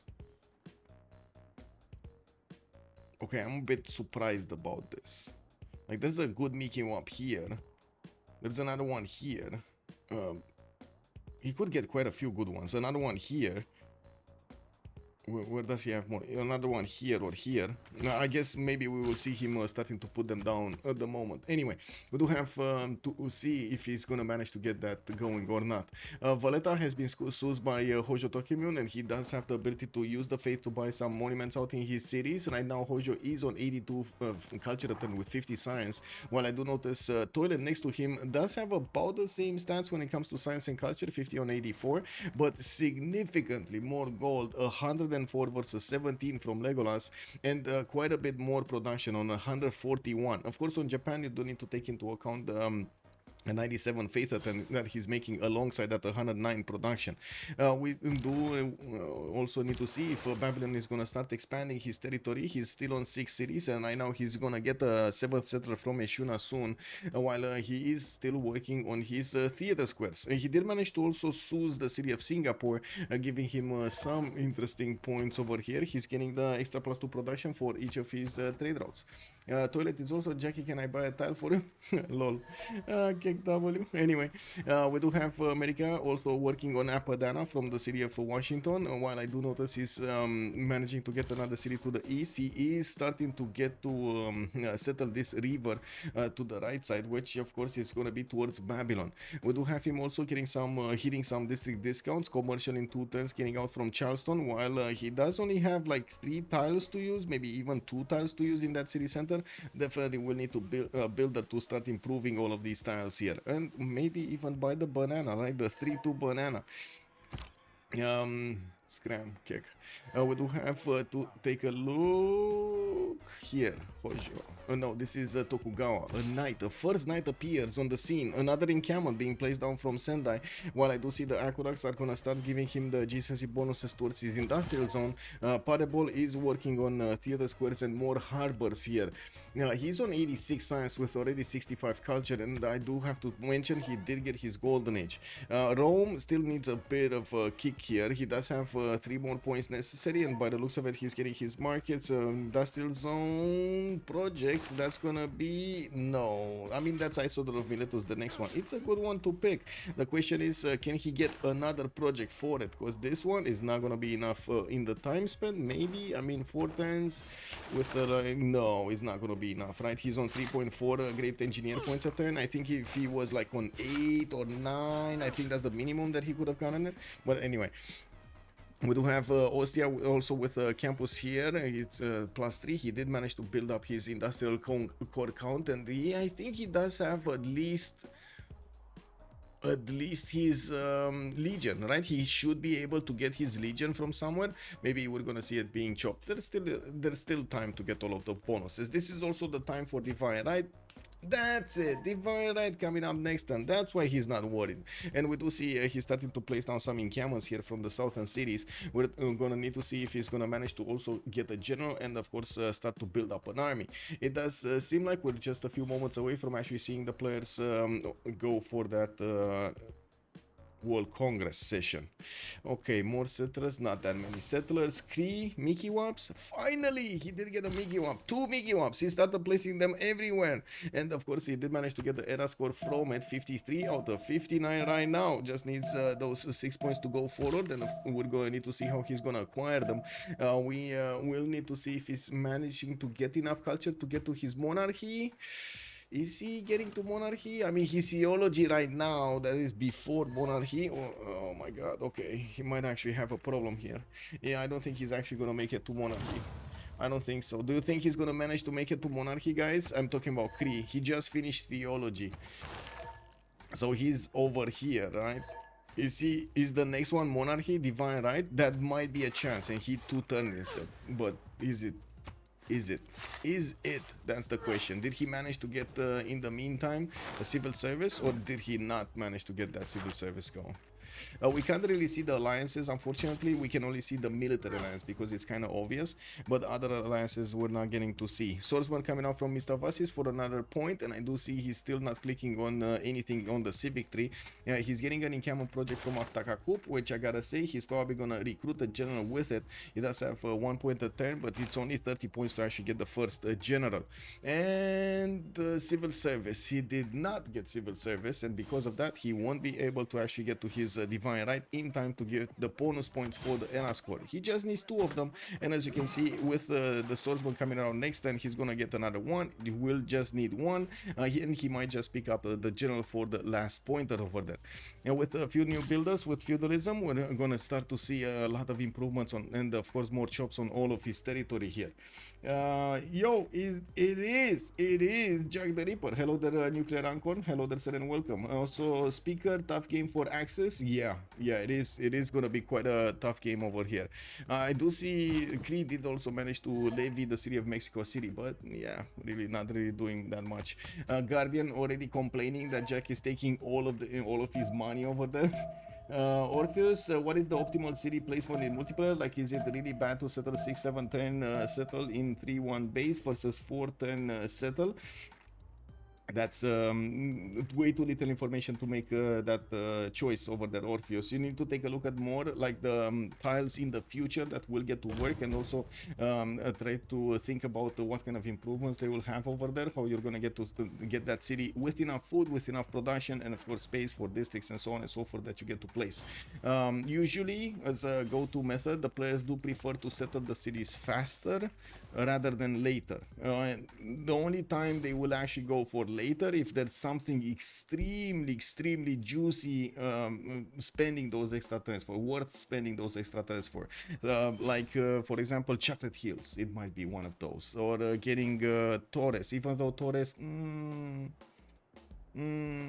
not always. It kind of depends on the quality of the Torres. Kabachok, hello there, sir, and welcome. Also, what happened to him? I mean, the 34 science, 71 culture, he's still in a monumentality, 133 faith, 1 turning casually, 1 turning stuff from the capital over here, you know, not caring at all. He does have more theater square, more of these faith districts coming around, and I do notice we got, yeah, there we go.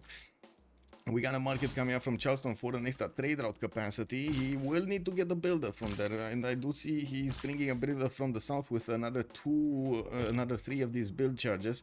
We're gonna need to see if he's gonna get that production and of course the tiles in Charleston finished. While I'm still very surprised he didn't get a city here. Why do you think he didn't get a city here, northwest? Why do you think he did not get a city here? Anybody has an idea why he did not get a city there? Gonna need to think about that one. Jack is fine. Yeah, Jack fine. Yeah, I meant like non-freshwater settle, but I see it makes sense. Okay. I mean, look at how Korea played this out. Non-freshwater settles. It was like, how to call it? One of the slow starts, right? That we had in this lobby. He did manage to go for the to benefit from the coffee tiles in the north and got that extra culture just like a monument. Worked for the granaries first, so they get the housing to keep on improving stuff, and did manage to get his seance because it was half cost. So all in all, he judged that he could take the risk, and he judged that he will actually make his cities useful. Now that doesn't mean these cities are gonna be 16 pop anytime soon, but at least they did get to the 8 population quite quickly, and he can place 3 districts from them. Will need to get some more, definitely, and you can see he keeps on getting non-freshwater cities here. Even Gongju right now will not have the opportunity to aqueduct, which is kind of surprising. I would have expected him to actually go 1 tile south. He really wanted his 2-2 base, even though he could have settled the stone tile. Anyway, it is what it is. Era score check, let's double check. 58, 59, Paulmaker did secure his golden age, Tokugawa secured it, Trajan secured it, Sundok secured it, we got Hammurabi here securing it, Legolas securing it, and then Uzetian is 51-51. That's exactly how many points he needs.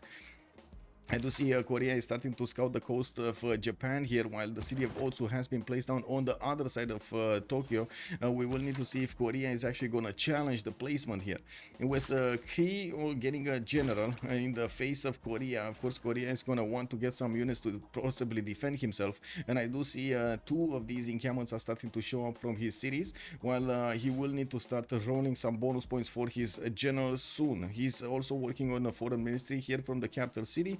While he did manage to get this industrial zone, it's just a +3 at the moment. Looking at China, we do have him getting his libraries up, and he did jump up considerably in the science, 65 and 53, but still quite far away from everybody, 646 points, while we do have the majority of the lobby with an average of over 900. We do also see Axis did manage to recruit a general from the 30 pointers, and he is deploying it to the south, where Rome is also starting to get ready for some boom boom here. We're going to need to see if the boom boom is going to be on the side of China or boom boom gonna see on the side of Rome. Is this a Hawacha push kind of game? I think not. I actually think not. He can definitely push Akhtaka-Kup, but I don't think he wants to push Akhtaka-Kup. That's my impression of it. If he does go here, he's going to get into in between 2 nations. Legolas could try to affect this somehow, and could try to take Gongju away from him. Not going to be as easy as you might think. And usually Korea does have a problem with his economy, and he's going to rely a lot on Hammurabi to actually get all of that gold for him. You can see he's on 29 gold a turn. If he actually starts to get a lot of army out, his gold per turn is gonna go. What is it? I didn't see it, man. Definitely Hammurabi having 100 gold per turn is gonna help him out, and that's one of the reasons I was thinking they're gonna try to get this going, like try to get these coastal trade routes going. Although Jinju got placed in a location that doesn't really help him. He could get another city though. He could get another city here. Anyway, foreign ministry coming up in 3 turns from Babylon. More settlers, 2, 4, 6, 8 cities right now, with another settler and another settler in the build queues. Okay, 10 cities. He's gonna be very nicely sitting on 10 cities soon, with its also population about to reach 10 pop in multiple ones. The capital city Eneshuna going for that one. We got Kree also building up, getting a new wave of builders with feudalism bonuses, and still Puddle jumping his Liang everywhere, so he gets the parts going. He did manage to get 3 by the looks of it, with of course still Kinesio needing 1, PP Kisses needing 1, and Picto Kahana Piwin needing 1. I would imagine this is gonna be another one of those Mickey Waps. No? Another Mickey Wap here, another Mickey Wap here. Yeah. He does need to get 3 mines at least for I think he already got it, no? Yeah, he already got apprenticeship. He has the 2 production points on his mines. Okay. Tokugawa, knights coming around. Whoa, okay, he's starting to get knights. Anyway, we're gonna have a quick pause over here of 2 minutes, and we're gonna come back to see how things are evolving in this medieval era. Why is Poundmaker behind in production? Oh, well, he's 129 right now, not very far behind.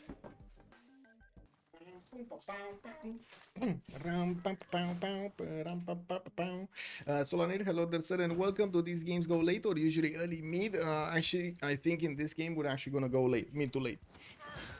Usually these games do go late. I do have to point out Ironmans also do go quite late. 4v4s, not always. In 4v4s, you actually do see some winning conditions being achieved before then, like 60 or 50. We do need to take a look at the bonuses here. Confucianism, doesn't matter. Theocracy, gaining a wildcard policy slot. Whoa. Theocracy. That's only 2 nations that will want this right now. So most of everybody did vote for monarchy, but we did have Teddy, Jack just dumping in 6 in theocracy alongside the Kree over here with another 5. So they did manage to push this through. Oh wow, okay. Shameless, yeah, shameless. I gotta say, that's correct, shameless. It is what it is. He got the bonus for himself, put everything into it. Jack the Ripper is in second monumentality golden age, 47 science with 108 culture. We do have him getting his Machu Picchu in Washington, gonna get more bonuses towards his theater squares with the adjacency, and I do see he is building some more next to an exploding volcano, and he doesn't have Liang to stop the bleed. Oh well, that's a problem. New builders from Charleston, and of course he's gonna start improving some more of his styles here. He's starting to put actually the forest, the second growth forest on the styles, so he gets that extra appeal going through, and that's one of the reasons he's actually not getting so many mines here. Really wants to get that going. Doesn't like the rainforest at all because it lowers the appeal. We don't have preserves at all from him. Zero, nothing, nada, no preserve gameplay. We got Palmaker also with 76 science and 48 culture. This time around he's gonna get his pen brush and voice. Looks like just the same as the last one. Still has a lot of chops to use, and he's starting to get a few heavy chariots out. I'm actually quite curious if he's gonna wanna use them. He does have more and more military being deployed to Aktakakub, slowly trickling down there. He might do something here. He might do something. He did get a general, right? Shun Tzu. But this is only going to work on knights, and that's it.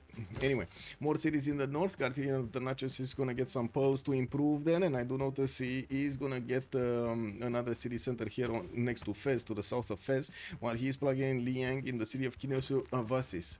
Sakahikan, actually. Tokugawa, 122 science, 75 culture.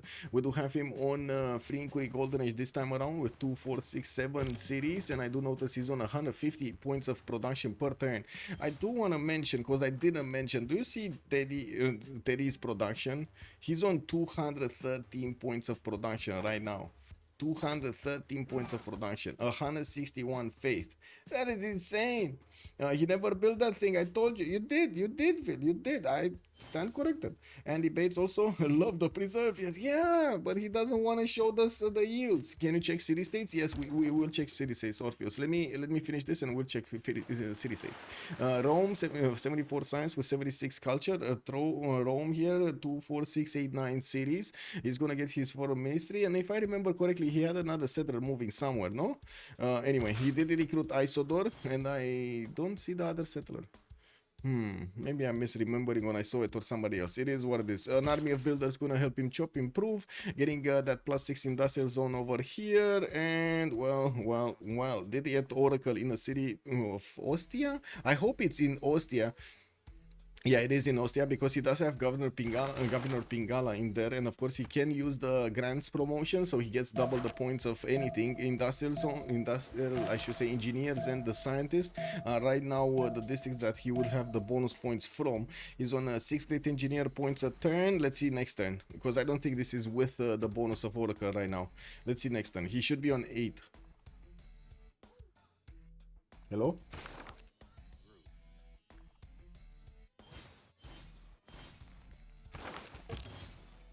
No, still on 6, so it was with the bonus there. Okay. This one is just standing around for 2 turns there then.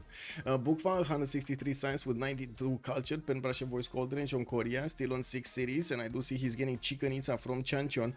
He didn't really chop that many rainforests around his territory, and he still has a lot of tiles that would get improved with the extra production and extra culture from Chichen Itza. Did go for his pen brush and voice, not his Free Inquiry Golden Age, and he does have 185 points of production. We do have him with Reina established to the west, where at the moment he's not actually connecting his cities to anywhere. Only a single trade route has been built. He does have an extra commercial here, so he should have, oh, there we go, he has another one of these traders to the south. He still is going for his Seance to improve. I'm actually quite curious why he placed this one here instead of to the west side, where he would have had more, but whatever, it is what it is. While we do have him improving some amazing mines next to Jinju. A toilet, 157 science, 76 culture, Golden Age. Hammurabi did go for his Free Inquiry Golden Age this time, and he does have multiple theater squares to help him out carry the culture for the next part, getting to nationalism, getting to mobilization much quicker, and of course giving him a chance to actually be at fascism when he needs to be. Industrial zones coming around. I'm actually curious, where is this one? This one is here, right? And he never actually built the aqueduct. That's a bit sad, but it is what it is. Magfa Sasha Hikan is also going to get the +6, a very good adjacency on his industrial zones. With 238 points of production, he's actually going to put his foot forward here in a strong position. 172 gold a turn is also the most gold in the lobby being made by anybody right now.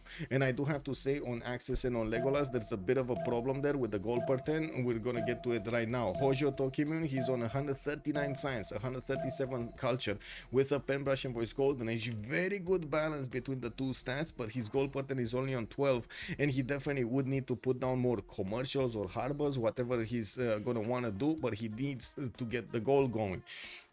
We got him also prioritizing a few more campuses, and I gotta say he's now putting down encampments. 1, 2, getting built. Jifu will need to get to the 10th pop, and I do see a third encampment also did get placed from Kobe. He is getting units towards Kobe, and I think this is a reaction because he saw, first of all, Kree's military numbers going a little bit higher, like trickling in, getting higher every turn, and then he also saw Kree managing to get a general. So he's like, wait a second, whoa. What are you doing over here, my man? What do you mean you get units? You know, what are those units next to my borders?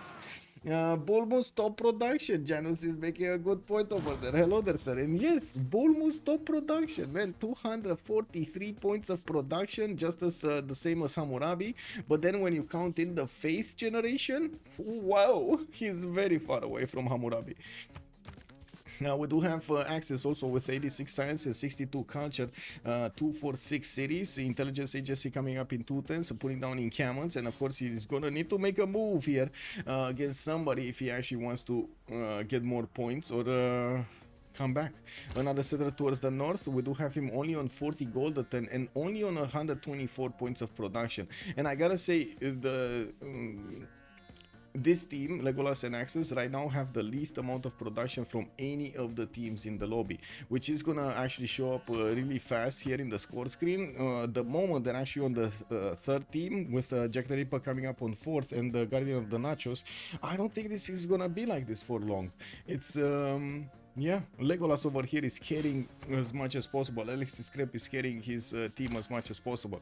Let's see when Axis is gonna start putting some moves going. I do see his catapult is coming up from Taiwan. Where is his spy? Where is his spy? Does he not have a spy anywhere? Okay, well, it is what it is. He didn't get a spy anywhere. Japan did manage to recruit Burika, General, also started to recruit some of his animals, and we did have a question earlier about city-states. Let's see. We don't have Johannesburg. No. Yeah. What? Kree? What? Is this like a... What? What are you asking about what Kree? What's going on with Kree? It's increased land? What is... oh, the spy! The spy is increased land. Where? Where? Or did he send it but it didn't arrive? Because I don't see. Oh, no. Man. Mr. Vasis. Oh, I see it. It's still in gold. I mean, makes sense. As you can see, Axis over here getting a 1U to try to get some gold going from Kree. Well, Kree is on how much? 94 gold a turn. Not bad. Yeah, thank you so much, by the way. Thank you so much, chat. Moti Mașina, hello there, sir. Pax Romana, bună ziua, domnule, bine ai venit. How is Jack's production so high? I mean, this is Jack the Ripper. What can I say, speaker? It's just Jack playing Jack, no? We got him with the intelligence agency coming up in 3 turns, and he did manage to use his builder charges to improve most of this forest. Just look at how this land looks everywhere. He's getting the forest and then putting lumber mills on each of these tiles, getting the science, the culture, and the faith going from each of them. Just amazing. We do have a commercial hub coming up from New Orleans also, and I do see Jack is trying to fix his gold problem. He is only on 13 gold a turn, and maybe that's one of the reasons Poundmaker was actually, you know, a bit complaining that he needs to give gold every turn to Jack the Ripper over here to upkeep his stuff. We do have another settler also coming out from Washington. I'm curious if he's gonna go northwest finally with it or not. He's getting some horses in Boston, and I do see he did manage to get an entertainment complex down, beefing up more of his theater square rather than anything else, and trying to get that arena going. We do need to take a look also on Tokugawa here. I'm actually quite curious what is he gonna do with the units, because yeah, first of all, he needs to get some defensive units to the west towards Korea, and second of all, we do see to the northeast we got more and more military hardware coming out from the Chinese cities. Both Japan and Rome are gonna be in danger here of getting attacked, so they need somehow to fix this defense. We do have also Rome needing to catch up in his science and culture. We got some campuses coming around from him to add more science points, and of course we're going to need to see him starting to put down his theater squares. He's in a pen Russian voice golden, so right now he actually did prioritize getting his industrial zones up, and of course the commercials, not in his campuses, not really the theater squares. To be honest, he doesn't really have very good placements either. Like, this is a +3 sure in Antium that he could place, but I'm pretty sure he doesn't want to take that wheat tile for another theater square there. We'll see how what is he gonna sacrifice basically. I do see he also built a theater square in Ostia that is gonna be a +3, and that will allow him to start acquiring some more of these points. He's on a +3 grade writer. No, that's sorry, that's not the one I'm looking for. Where is he? Rome, 0 writers. Did he just finish the theater square? I guess he just finished the theater square in Ostia. Interesting. I'm very curious if he does have the Governor Pingala double, but anyway, we'll see. More knights coming around from toilet, 2 of them being deployed towards the north. Japan is starting to mirror, of course, the army size, and we're going to need to also see how Babylon is going to try to get his general here. He did manage to make an encampment in Mari, but he never actually did manage to get his encampment training projects. He's on 3 great general points a turn and slowly inching forward towards Ethelfled. I don't really see him getting too worried about anybody attacking him. He's right now, just standing around over here with a few units and trying to see if anybody is going to jump up significantly in the military strength. Now Japan is on 500, and it's no surprise that immediately he wants to get some knights out of his city so he can actually manage to hold an attack. Oh my god, 1 2 3 4 Nihangs. We got a Nihang attack being prepared against the great guardian of the nachos. I mean, it must have been that Japan actually went to the movies. He saw how good the nachos are with those 2 sauces over there. I'm starting to drool right now. And then he was like, man, wait a second, I need to recruit some Nihangs over here. I try to get the nachos away from the big guardian. It needs to be done. Toby, also, anybody know what Jack's religion is? Work ethic with pilgrimage. Work ethic with pilgrimage. That's his religion. And Japan did go for Confucianism. That's Tokugawa. For Zen and Defender of the Faith.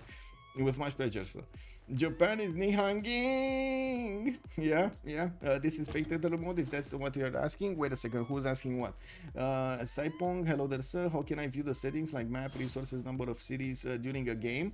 You go into this tab, you go into options, and it will show you. It should show you. In single player it doesn't show you, but if you're in a multiplayer game it does show you in the game options what you have selected, like how many city states you have, what's the actual turn timer, even if it is turned on smart timer, and so on, and all of the other ones also in the bottom here. You got all of them. You can't change anything, but you can see the settings. Yes, in single player it doesn't work. In single player you can only take a look at the mods in use, and I think you see some options here, like difficulty, game speed, like some few options.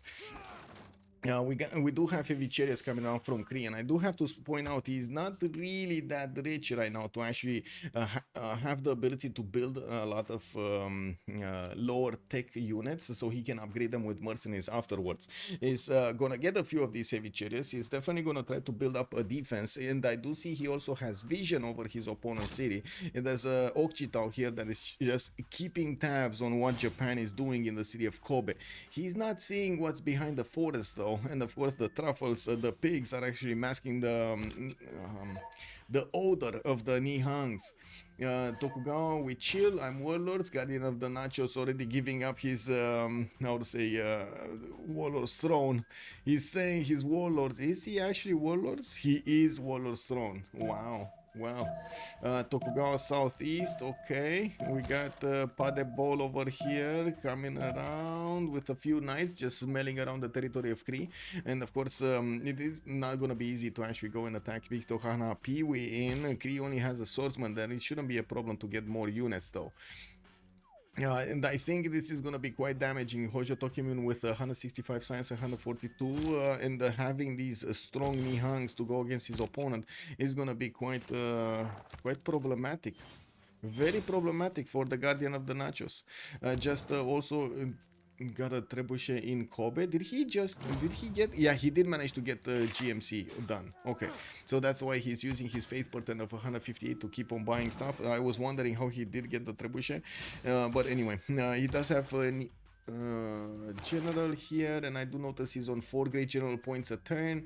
Looking at his techs, his siege tactics in one, he might actually want to wait for calves. To be honest, I think he's gonna wait for calves, which is gonna be a unit that at the moment Poundmaker is not gonna get to match. He's barely getting machinery, and he has knights with horses. If Japan does manage to get much faster military science, this is gonna be a disaster for Kree. And I gotta point out, Hojo Tokimun is like what, 2 takes away from getting that. So we got over here military science. Siege tactics is right behind it, and I'm pretty sure he actually got printing in the meantime, but I think we can check, right? +6 intel on opponent's movements. Yeah, +6 intel on opponent's movements. Yeah. I've no clue how Barbos can be that relevant in this lobby with such a dreadful spawn. Skill issue, I guess. Skill issue. Yeah. He has printing advantage for now, and 58 strength Nihangs are crazy anyway. Yes, they are. And that's my question. Like, is he gonna wait the next 2 turns so he can upgrade those units here and then move forward, or attack with the knights first, Nihangs and the trebuchets, and then get a wave of calves right behind them? Because I don't see any pre-builds here, any horse pre-builds in Kobe or Kyoto. We only have knights. And there we go. We do have the war declaration being sent. By the looks of it, Legolas is moving forward as quickly as possible towards the cities of Antaka Coup. His knights do benefit from a +3 intel right now. Looks like he dropped one when he declared war. Did he have, or maybe he had a trade route to his opponent, probably. Yeah, Barbos is great at simming, indeed. We do have 2 campus research projects, 2 turns for Chichen Itza to finish. I do see the campus research projects are actually going to put him to be competitive to recruit Newton and Ibn Khaldun. And let's see. Oh, disaster strikes. Misafi Sipik did get... Wait. Wasn't this the banana... volcano? Wasn't this banana volcano? I guess those banana got to feed the volcano. Am I missing some? Wasn't that banana volcano? Anyway, no more bananas. No more banana. Wine walls needs units. Yeah. Yes. Wine walls. Yeah.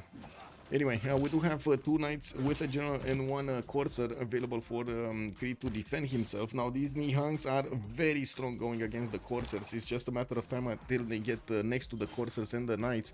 You do see them on 71 points of strength against the knights 64. I also want to see here Legolas going 2 turns for military science. I do have to point out he's not actually putting anything into the production queues, and I would expect he's actually going to buy a few.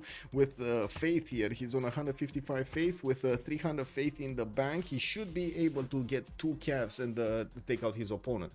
Kree had the cow volcano. Oh, he had the cow volcano. I see.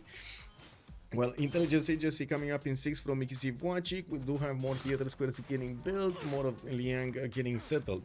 Rome also working on campus research projects. Looks like he really wants to also be competitive on picking up Newton and of course Ibn Khaldun here. While Korea has the most points at the moment, he is followed closely by Japan, and of course we got Kree over there just about to get enough points. We already see Rome is starting to connect with his ally, and I do see 2 trade routes, 3 trade routes, 4, 5 trade routes that are being sent. Rome is starting to make 100 gold a turn, while Padebol is on 121 on Tokugawa anyway. 250 production on each, man. This is like this is incredible. Them mirroring each other like this much with the production, with the food, with the well, with the culture. The science is definitely much better on Paderborn than it is on Rome, but that's because the free golden age. Anyway. Let's see what's happening on Jack. Art museums starting to come around, more markets, Kilovaki Sivani getting built, and he's also gonna try to settle another city to the right side. Gonna get an archaeological museum on Charleston, and I do want to see what's this ruckus. What's this ruckus? Oh, he's attacking Cardiff right on the borders of Japan and on the borders of Cree. He might actually want to take a piece of Cree over here if he is gonna be given the opportunity. His knights are definitely gonna be stronger than the defenses of Cardiff with only 24 points of defense. That city is now gonna withstand the next turn. We do also need to see what will happen here with Aktakakub getting walls up. Not gonna last for long. Of course, the trebuchets are gonna make quick work of these, and we do see the Nihangs are starting to get into position to start bonking the units of Kree. A few more Japanese writers coming in, and I do see.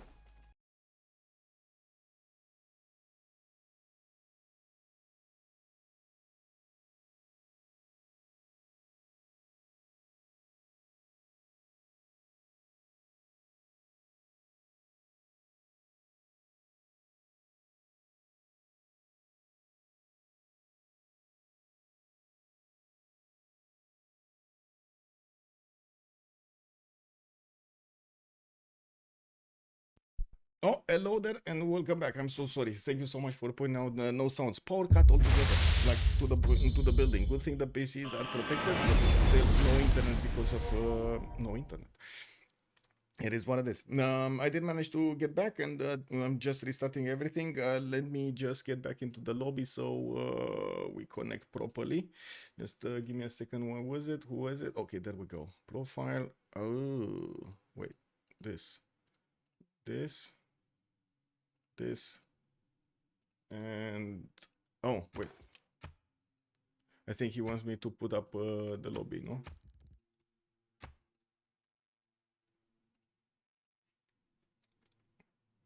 Oh, I see.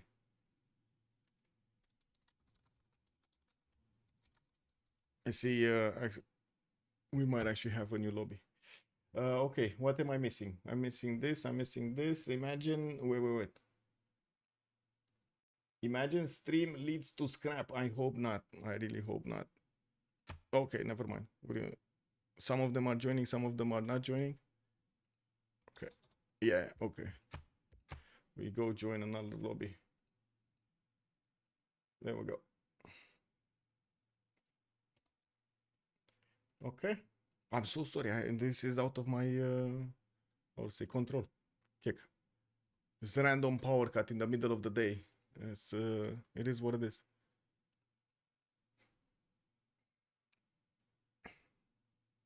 Okay. Music. Media player. Oh my god, man. I hate this media player from Windows. It's one of the worst media players that I have ever seen. Man, this thing cannot actually hold his memory. It's incredible.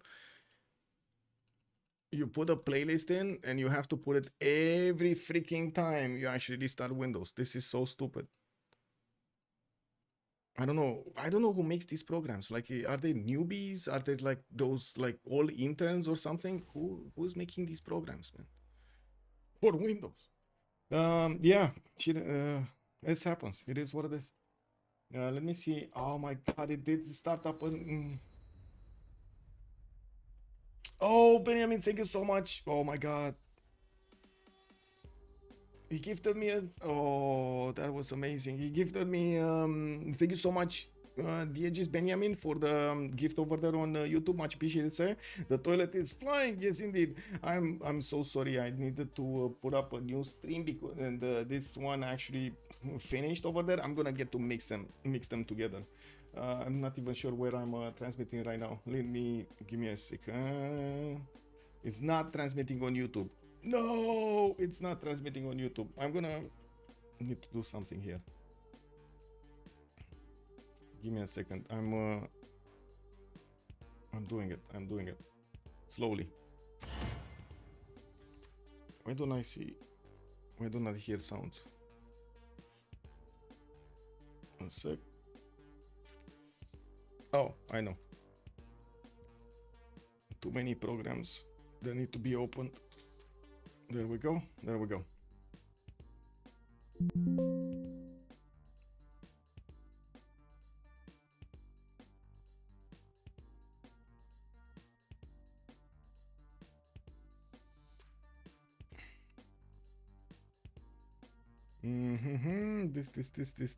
This. Double check 0ms. Okay, we got 0ms. Rejoining.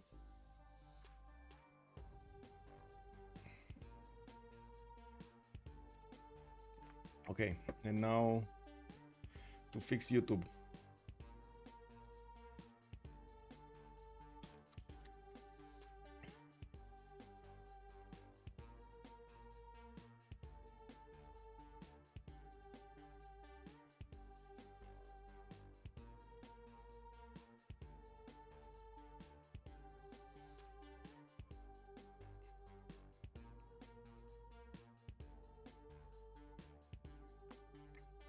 Okay, let's see. Is it connecting? Yeah, it's connecting. Okay. It's just started up. I hope. Yeah, it is. It is. Okay. It is connecting. Perfect. We got that fixed. Okay. I'm just gonna need to ready up. We got everybody in the lobby. Double checking 0ms and we're good to go.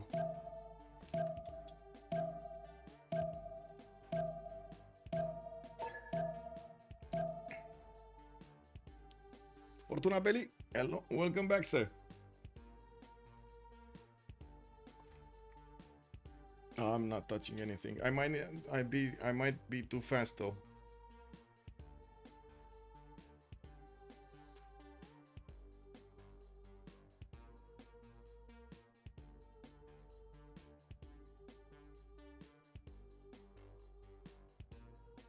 Okay, the world is still spinning. The world is still spinning. That's my cue, by the way. On the bottom right over there, you see the world is spinning. Whenever it's gonna freeze, it's a problem. It's gonna go into, if it's freezing, it's gonna go into double loading. Okay, we got 4 in, 5 in. We're getting there. Not with Jack in the man.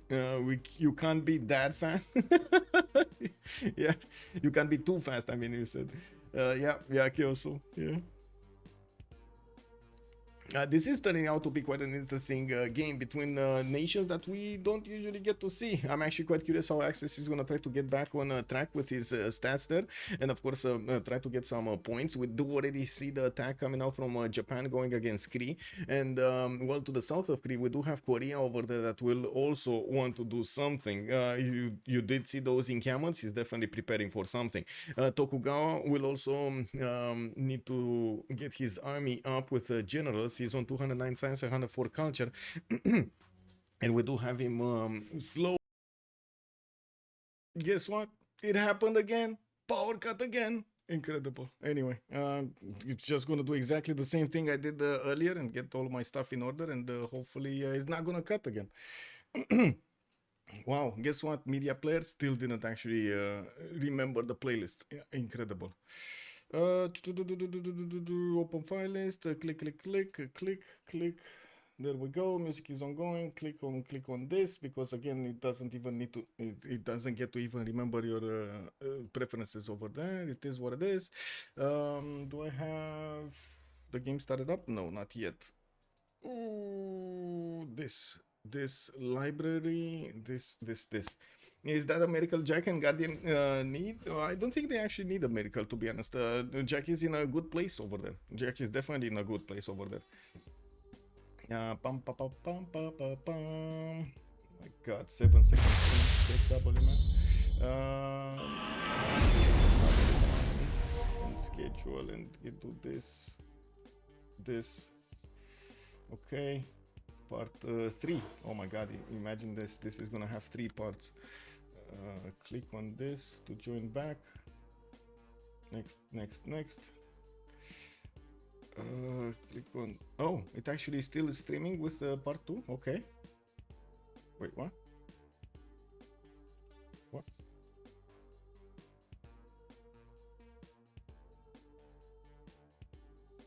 Never mind. It is what it is.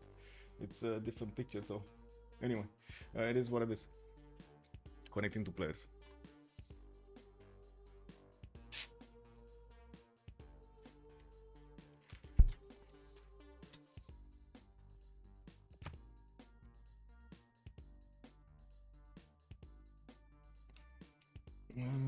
Okay. Didn't double load, but somehow I lost power. Check. Anyway, getting back into the lobby.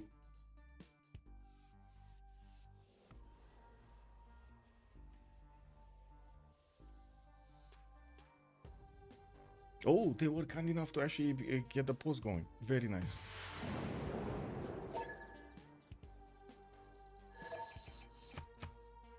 Okay, so war has started between the two nations, Hojo Tokyo in Japan and Kree. We do have Guardian of the Nachos that needs to defend himself over here against these units of Japan, while Japan did bring also some military, some siege units to the fight. We will see how he's gonna manage to go through the defenses of his opponent.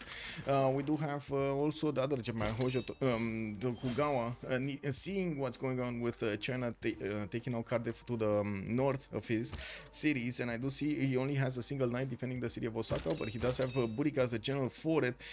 He definitely would need a lot more units if he actually wants to defend himself against China here. We do have access getting his printing in 2 turns, and well, at the moment he doesn't have a spy, or at least I didn't see the spy in the cities of Japan. Is also gonna have a question mark. He does have his spy in Kree, so that might be actually his final destination here. After he takes down Cardiff, he might go towards Kree.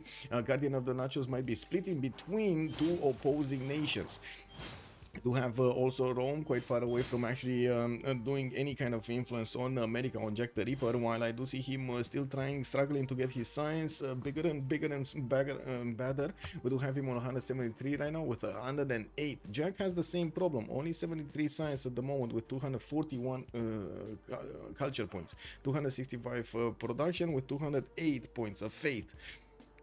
We do have art museums in Washington. We do have Kilvakis Ivani coming up in 8 turns, and I do see it's there's a call to take a great person. Which one?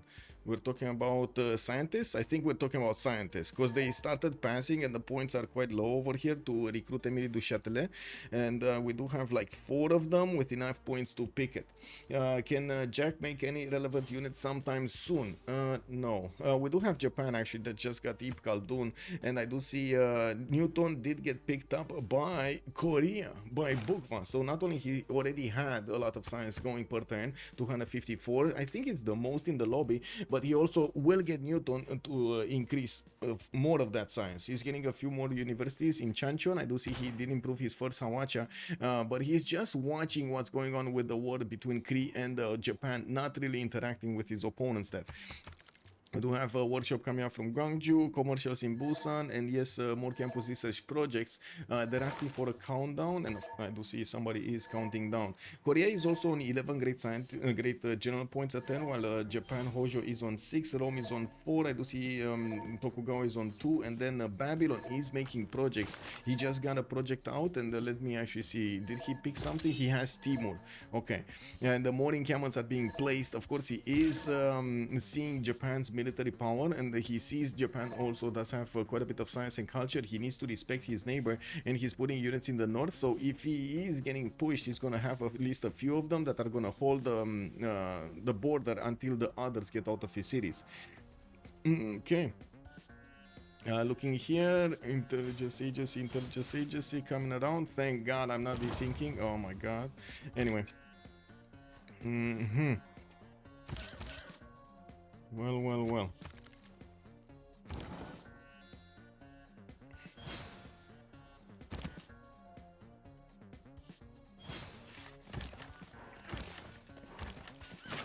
4 turns intelligence agency to finish here in Kree, but it looks like it might be a bit too late to get that going. We do have, whoa, Alexis Kremba actually wanting to pass this. He is passing this, so somebody else takes it.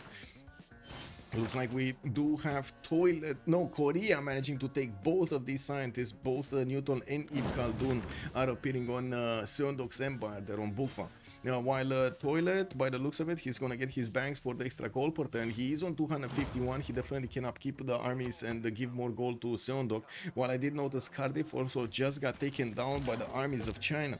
We do have some more trebuchets coming up to the fight. While he does have True Tractor, that's not really a relevant general for the next part of the game. He started building a massive amount of knights, and he could keep on going towards Kinesu Sakahikan, and of course use his trebuchets to take down the wall defenses, while Kree is trying to defend his west side here from Japan. Let me get this.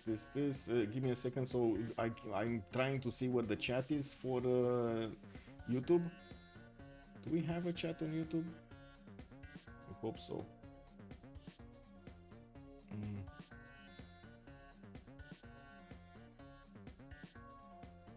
Okay. Give me a sec. I think this. Yes, I'm finding the chat. Pop out chat. There we go. Pop out. Pop out. Okay, there we go. We got one chat window. Let's get the other one.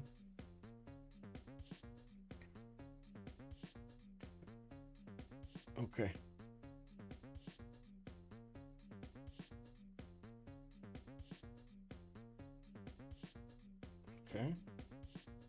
Okay, there we go.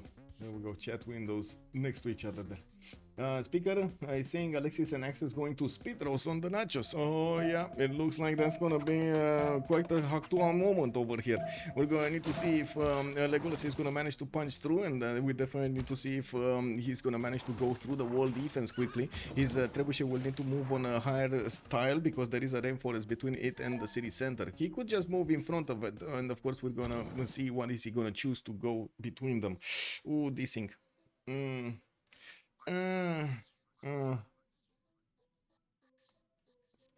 Didn't desync the first one, but I desynced the second one. Wow, okay. Or the third one or something. At least I'm rejoining quickly. It's fine. Okay.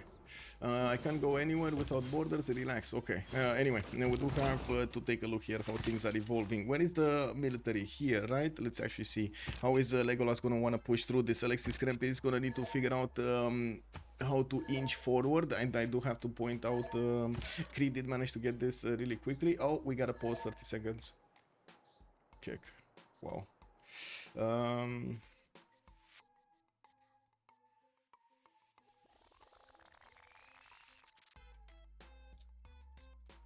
Wanna see if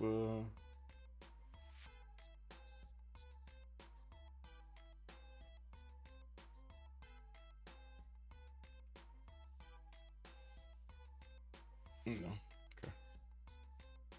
This is what it is.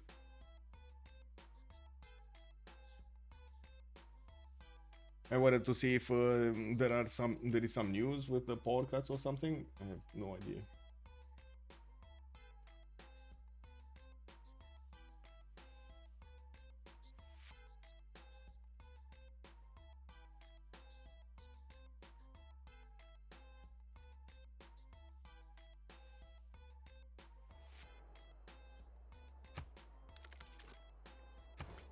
I can try to rejoin on a fresh turn, on a clean turn, to see if it fixes. Okay, we got him back. It's fine. All the forest animals are coming to defend. Woohoo! Yeah, well, let's see if we're gonna have over here the Trans figuring out how to defend their next door neighbor, Japan. We do have also quite a few of crossbows coming around from the cities of Kree that are gonna start shooting at these knights from afar. And of course, you do see that Guardian of the Nachos is building a line of units so he can properly defend this. He can actually, I think no, he can't. This knight doesn't have enough movement. Oh, it's 4. No, he should have. Anyway. 3 tens for intelligence agency here, and I do see more knights coming. I do also notice Guardian of the Nachos is aware that China is pushing through from the right side. Not only he did take out Cardiff, but his knights are standing on the border of Kinusu Sakahikan here. This is dangerous territory for both of them. We're going to need to also take a look how Axis is going to fix his science and culture problems. He's on 90 science with 68 culture only, and you do see right now he's putting almost every bit of his production into war units, not really doing any more simming. No more city centers to be placed over here from what I do see, and well, I guess he doesn't have that much space anyway to work there. I do see Rome is still benefiting from Isidore of Miletus bonuses, and he does have James of St. George to the west side, while he did manage to put a few more cities to the east, Arpinum and Arretium. Well, we do have him starting to get a few trebuchets. I think it's mostly for the bonus rather than anything else, for the boost.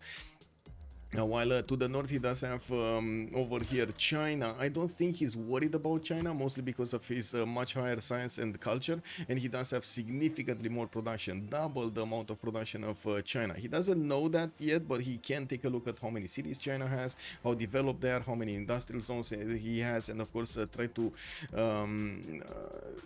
how to say, make an informed opinion out of that.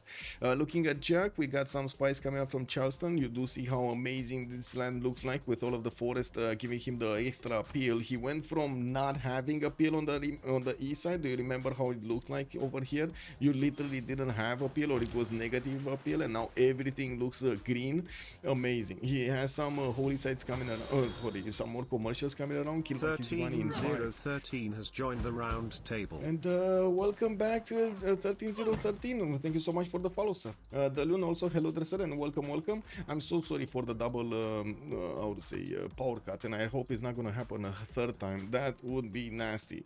I gotta say, I'm sorry, out of my control. I don't know how to control this, because I do have UPSs to protect my PCs and stuff, but no power, no internet. Check W. It is what it is. We do have art museums in Philadelphia, because it's not located to just my building. It's around, basically. That's the problem.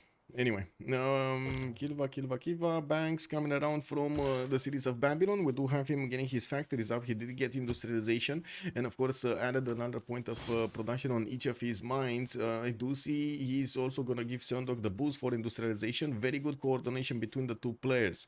I do see also Chichen Itza has been finished in Korea's territory. That means an extra point of culture and an extra point of production is gonna be available for each of his rainforest tiles, making these some amazing tiles to work right now. Just look at these coffee tiles, 3, 3, 3, and a 2.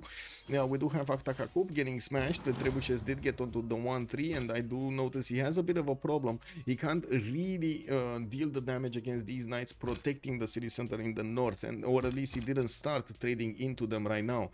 We do have quite a few more Nihangs coming in to fight, and looking at his techs, Legolas is getting military tactics, nationalism coming up next turn. He's trying to get Kilva Kisivani, but that's not gonna work, and just keeps investing into as many Nihangs as he possibly can over here and getting them onto the front line. We were thinking maybe he's gonna get calves, but it looks like he doesn't want to have the extra movement from the calves. These Nihangs are gonna serve him right. We're gonna need to see if he's gonna punch through the defenses of his opponent in just a few seconds here. And looking at this, we did have the war declaration being sent from China to Kree. You see his units, the units of Axis are getting into the borders here of Guardian of the Nachos, and we do have Kree getting quite a few crossbows to help defend this, while he does have 2 knights that at the moment are not plugging the chokes in the south. I'm actually a bit surprised he's not trying to build a defense over here in the front of the city, not behind the city. Well, I do see more knights are also coming out from the other cities, Piktohahana, Piwin, and Mr. Vasis, that are gonna get to appear next to Civ Sakahikan.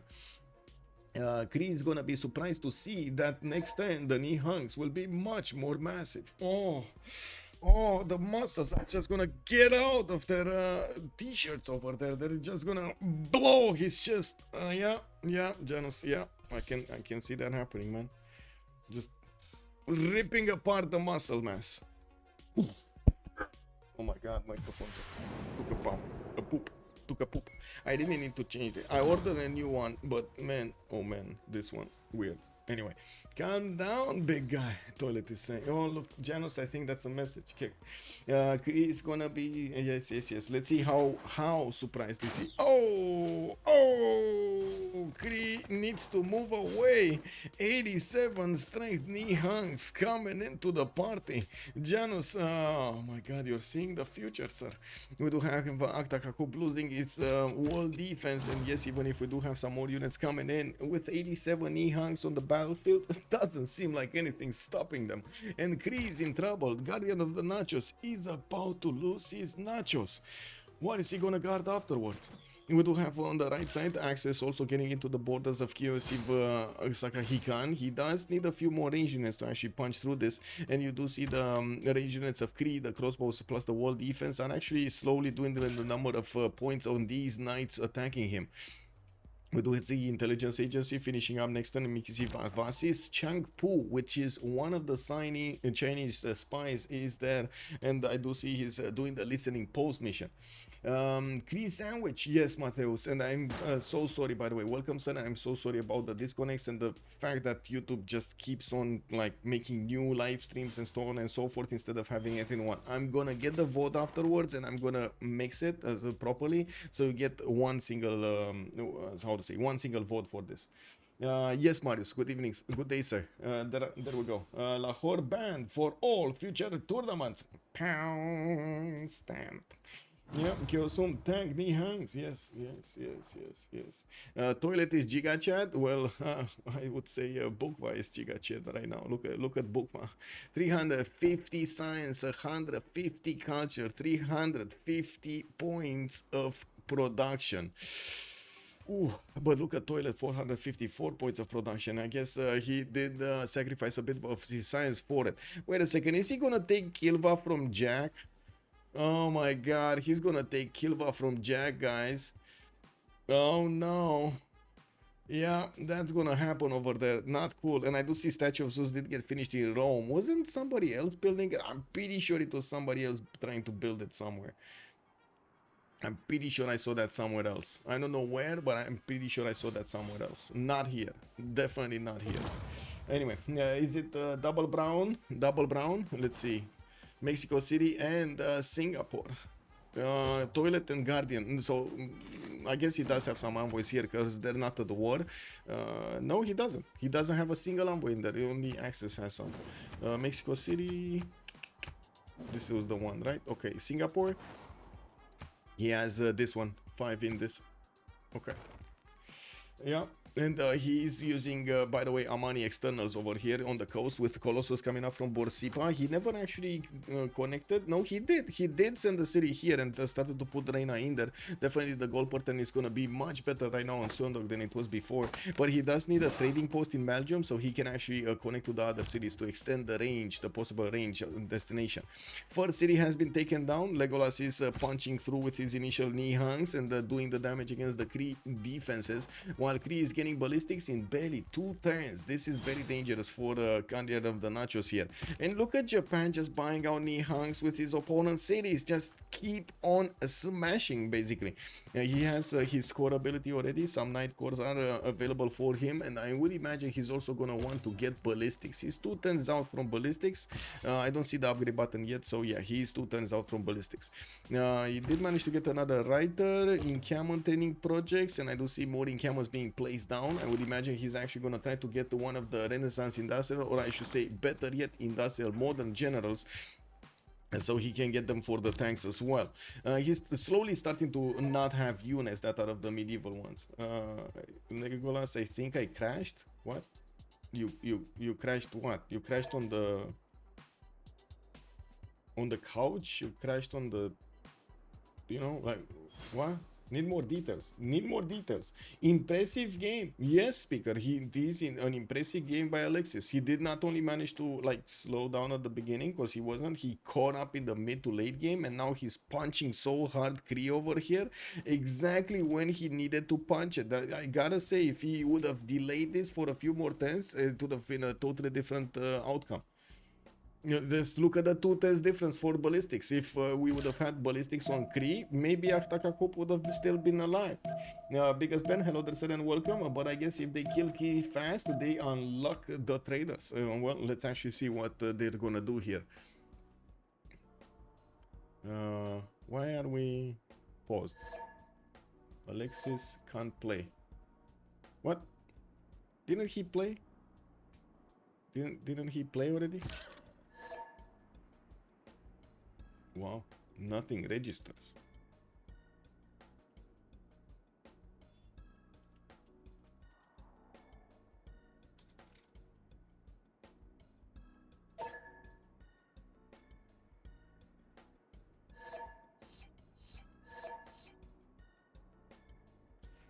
El Pozo, yeah. Also, Access having a rough game, but did you expect gold from a face plus Theater Square Hojo? Wow. We got 2 disconnects right now. Jack the Ripper and Bookma. Oh. Yeah.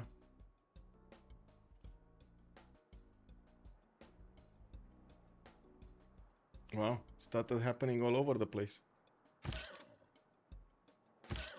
I guess it's a serious issue with internet and so on. Okay.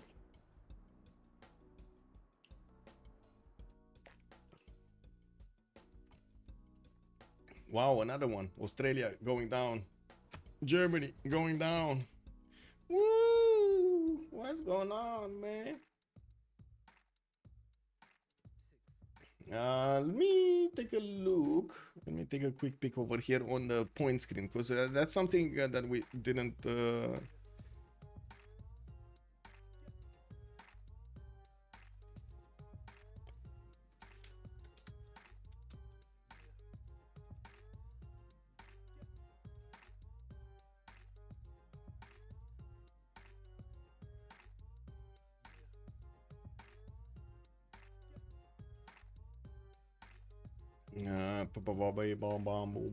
let me get the lobby. There we go. And I do want to take a look. Rules. There we go.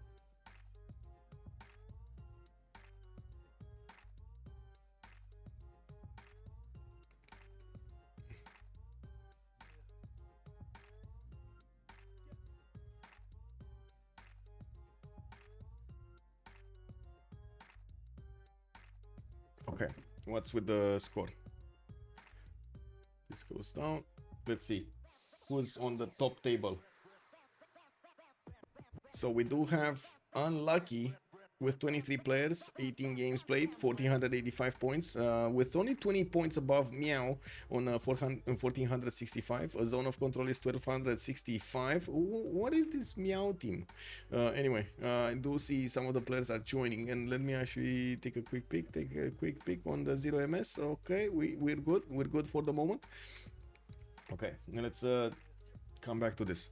We do have a Zone of Control, 1265 points. There are 200 points below Meow on the third spot. Scourge is 1255, only 10 away from Zone of Control. Sea Dogs are 1240. La Pegre is 1200 on the dot. D-Shark and the Company is on 1110. TDF is 995. Irel Dogs on 680. And the Laggers are 290. And we do have what's happening here. So from La Pregre, actually Tirits did manage to get that win in the Ironman yesterday. Malm does also have 3 games with 175 points attached to them. Guardian of the Nachos is the best one from Team Unlucky by the looks of it, with 255. Zone of Control, Task for Fish, is 187 points on his side. And I'm a bit actually surprised that we don't have them on points, right? They don't give you the points. It's by games, I guess. No, not even by games. It's by players. I don't know how they're actually made ordered here, because it definitely is not relevant to the points, right? We got 175 below 187, and then right above 225, and then immediately after 175 again. This doesn't make sense. Anyway, we're gonna see how this table is gonna get updated. If you do want the link, I can just share it in the chat, by the way, no problem. Or it is on the Discord channels, in the CPL Discord channels. You're gonna find the link in the CCC news section. It's one of the last links. Okay, we got this, we got this, we got this, we got this, we got this.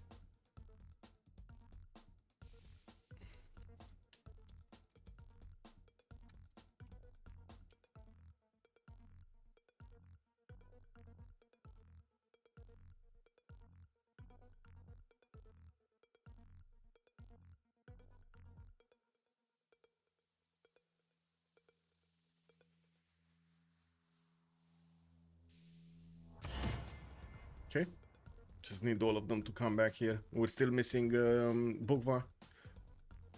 He was in. He's just rejoining for 0 MS.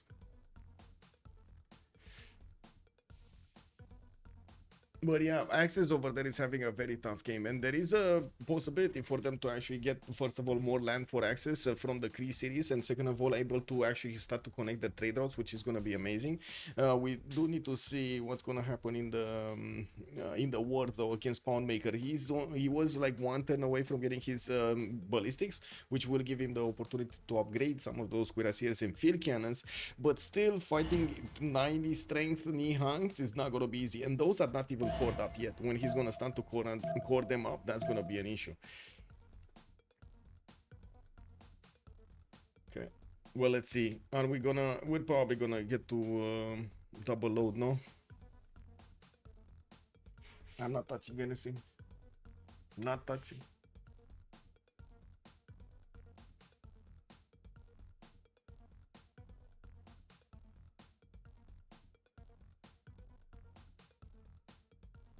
I'm thinking of gummy bears right now.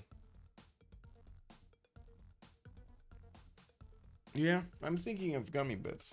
Oh man, I would have liked some gummy bears right now. The Bob Bobs. Oh, I don't want to touch anything. I'm actually right now, like, I was itching to actually click on buttons over here to switch my left screen so I can see the chats in order. I can only see Twitch right now on the left one, because whenever I click on different applications, it messes up my left screen. Okay, at least we didn't have an issue. With 7 players in, let's actually see the last one, and hopefully we're gonna be good to go. Oof. Being thrown curveballs over here by random power cuts. What is this?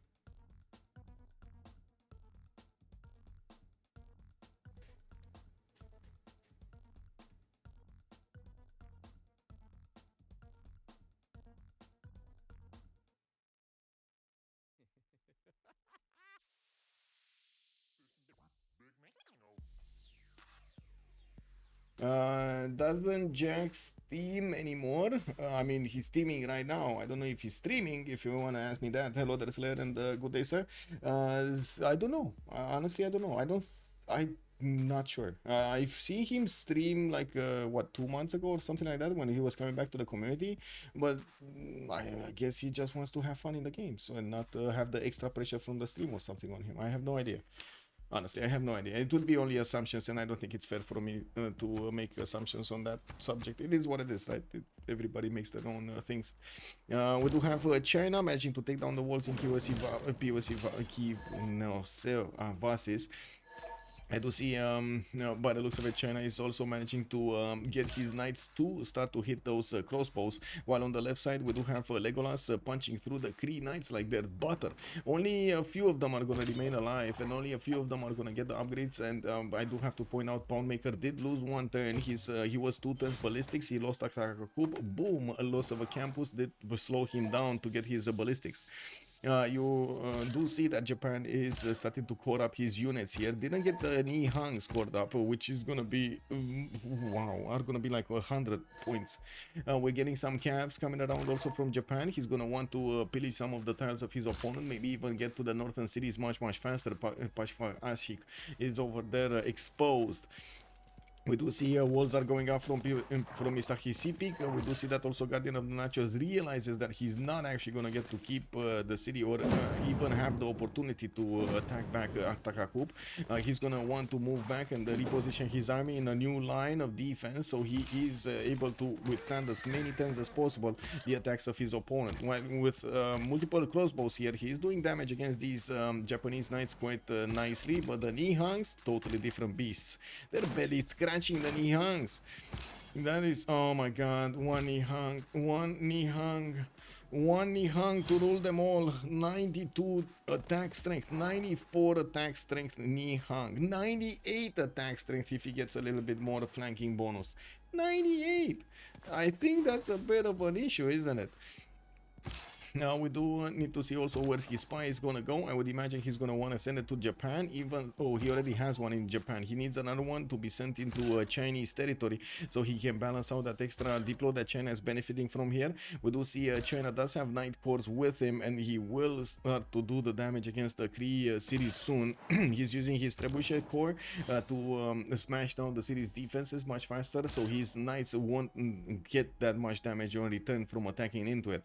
Looking at also Hojo here, Japan. I'm taking a sorry. If you see me taking a look on the right side, I'm just taking a look at the temperature of the CPU and GPU. So you know, everything is fine.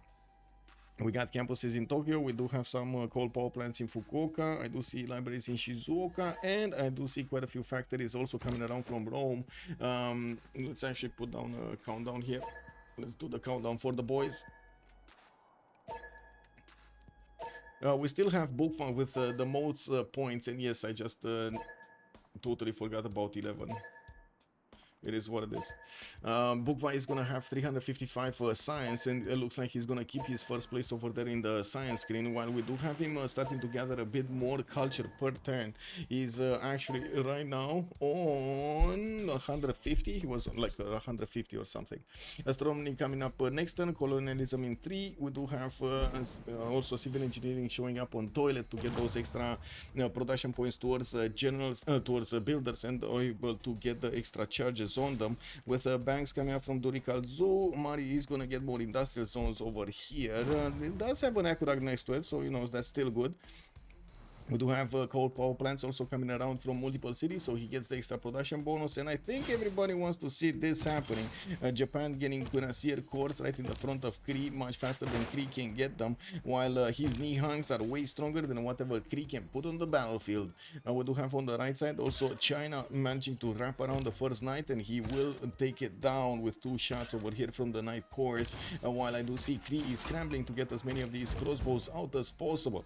We do have bombards getting upgraded in the Japanese territory. The newly found city of Akataka Hoop from his opponent, while these bombards are going to be extremely efficient at taking down walls. We're going to need to see if these Nihangs are going to get to the walls quickly enough to basically carve a path to his opponents.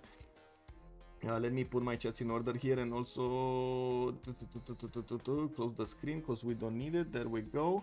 Can we talk about that miracle again? The miracle? You mean access miracle? Let's see if it will be a miracle. It might happen. I'm not saying it's not gonna happen. Like 92 science, 67 culture does seem a bit low though. Only 150 points of production. We'll see. We shall see. At the moment in the score tab, we do have the Sharks being on the first place with 1,015 points, while on the second one we got Scorch here with 996. Team 3 is gonna have 845 with Jack the Ripper and Guardian of the Nachos, while on the fourth one we do have Alexis Krimp and Access coming up there. Isn't 98 like Spanish Conquistador with a missionary? Spanish Conquistador, no, it's actually like I think the Spanish Conquistador, if it's not army, in just a corps basically, is like 90 or something like that. It's quite lower. Because these are, you know, the Nihangs right now are basically at the level of line infantries, while Conquistadors are at the level of musketmen, so they already start level lower. But you do get that 90 much earlier than you would have gotten it. Then it's not only with the missionary, you need to get the oligarchic legacy, you need to get like all of the other bonuses around to get to like between 85 and 90. A very rare attack, extremely rare attack to actually see that Conquistador, proper Conquistador timing. Now we do have also Kree over here trying to get the walls in Mr. Sipik, and not gonna actually help him out that much, especially with the bombards bearing down on him. And I'm pretty sure the Japanese Nihangs are just gonna plow through the initial knights over here with 3 units that are gonna be taken out as the first moves, I would imagine. Let's see if Japan is gonna follow through. So that's 1, that's 2, and that's 3. Come on, let's do the third one. Like, come on, just do the third one. Come on. Do the boom boom. Do the boom boom. No, he doesn't want to do the boom boom. Okay, I guess it is what it is. On the right side, China did push through. He did put the city of Kiryos Sakahikan under siege. You can see the Trebuchet Corps is not doing that much more damage to the city center. He did manage to get to ballistics and upgraded his cuirassiers, putting more defense in the garrison.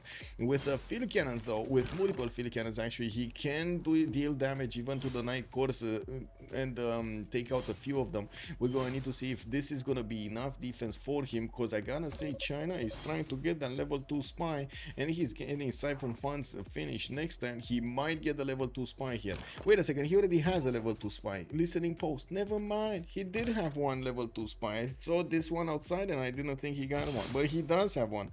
+6 intel on opponent's movements over here is real. We do have a campus from Beijing. I do notice he's getting spied on by America, and taking a look at America's territory, we do have him finishing his religion here. I do see he got Watts. He didn't finish it entirely. He's just getting a few more science points, trying to recover the lack of science that he had in the last few turns here, in the last dozens of turns basically. Potala Palace importance coming out from Washington, and I do see he's getting spied on by China also. More campuses coming around from the northwestern city and the southwestern city, while finally Baltimore did get settled over here. We're gonna need to take a look how he's gonna get the next wave going. He did build archaeological museums and art museums. The question is how to say, how many of these will he be able to recruit? America is on 16 great writer points a turn, while Japan is on 7 and 4, and I do see Rome on 6. So definitely America has the most points here. 13 great artist points a turn also, while everybody else is on like 2, 3, 4 or something like that. And America does have 7 great musician points, so he's probably gonna be the one getting to that musician much faster. Has Apadana already, can use the slots for music, which is gonna be extremely good. Looking at Korea, we don't really have him pushing through the north, but he did manage to upgrade a few calves out of his territory, and right now has a military engineer helping him out build the infrastructure. Industrial zone logistic projects coming out from 2 cities, while he's mass producing armories from everyone. I really like how he's actually building stuff in waves, right? Building stuff and synchronizing the waves. Beautiful. We do have him with Mimar Sinan as the next one for the amenities and extra housing. I'm actually curious if he really wants this. I don't think so. I don't think he wants to rush it that much, but man, he got those 2 projects coming out. He might actually want to give Babylon something more important, and if Babylon does pass this, he's gonna have access to the next one, while Korea is just gonna pick the extra amenity one anyway. Hard to see anything other than Barbos plus Toilet wiping the map late game. Speaker just plowing through over there. Let's actually see if this is gonna happen, because Japan Legolas is still gonna hit something, and I did see Teddy Roosevelt, I should say, especially Jack the Ripper, managing to get the culture victories even when they were getting pushed. Those planes are not something you wanna just if he's gonna get there. Yes, I know, if he's gonna get there. We shall see. We shall see if it's in time. It happened before, and I gotta say it can happen again. We do have a Bukva with wow, almost triple the amount of science as Teddy Roosevelt. As wow. 38 techs, 34, 36, 28, 33. Oh my god, and 27, 27. So, wow, 11 tech difference between the lead and the Jack the Ripper over there. Ooh. Yeah, that's gonna be quite an issue. I would say that's gonna be quite an issue. We do have some more field cannons coming around from Kree, and I do see he cannot actually keep the borders of Misaki Sipik. We do have bombards getting into position to start shooting down the world defenses, while bombards from Japan are also getting onto the front line. The Japanese cabs are also quite efficient to take out these field cannons, and they're fast enough to punch through the defenses of their opponents and get into the back line to build some tiles. We do have more units coming around from Japan, and I do notice that Hojo did go negative in the gold. He's on minus 12 gold at 10, but good thing is he does have some tiles to pillage over here. I was thinking he doesn't really have that many. First city has been taken down by China in Civ Sakai Khan. He gave, by the way, he received money from Legolas spillages so he can actually upgrade his cuirassier cores, which are gonna be strong enough units to go against Kree here on the west side. 104 strength Nihang. Where did you see 104? Oh, he did get the upgrade, right? Yeah, this is 104 strength Nihang with the tech promotion, with the great general, with the military alliance, with the flanking bonus. 104 strength Nihang. Yes. Kumasi Jack the Ripper.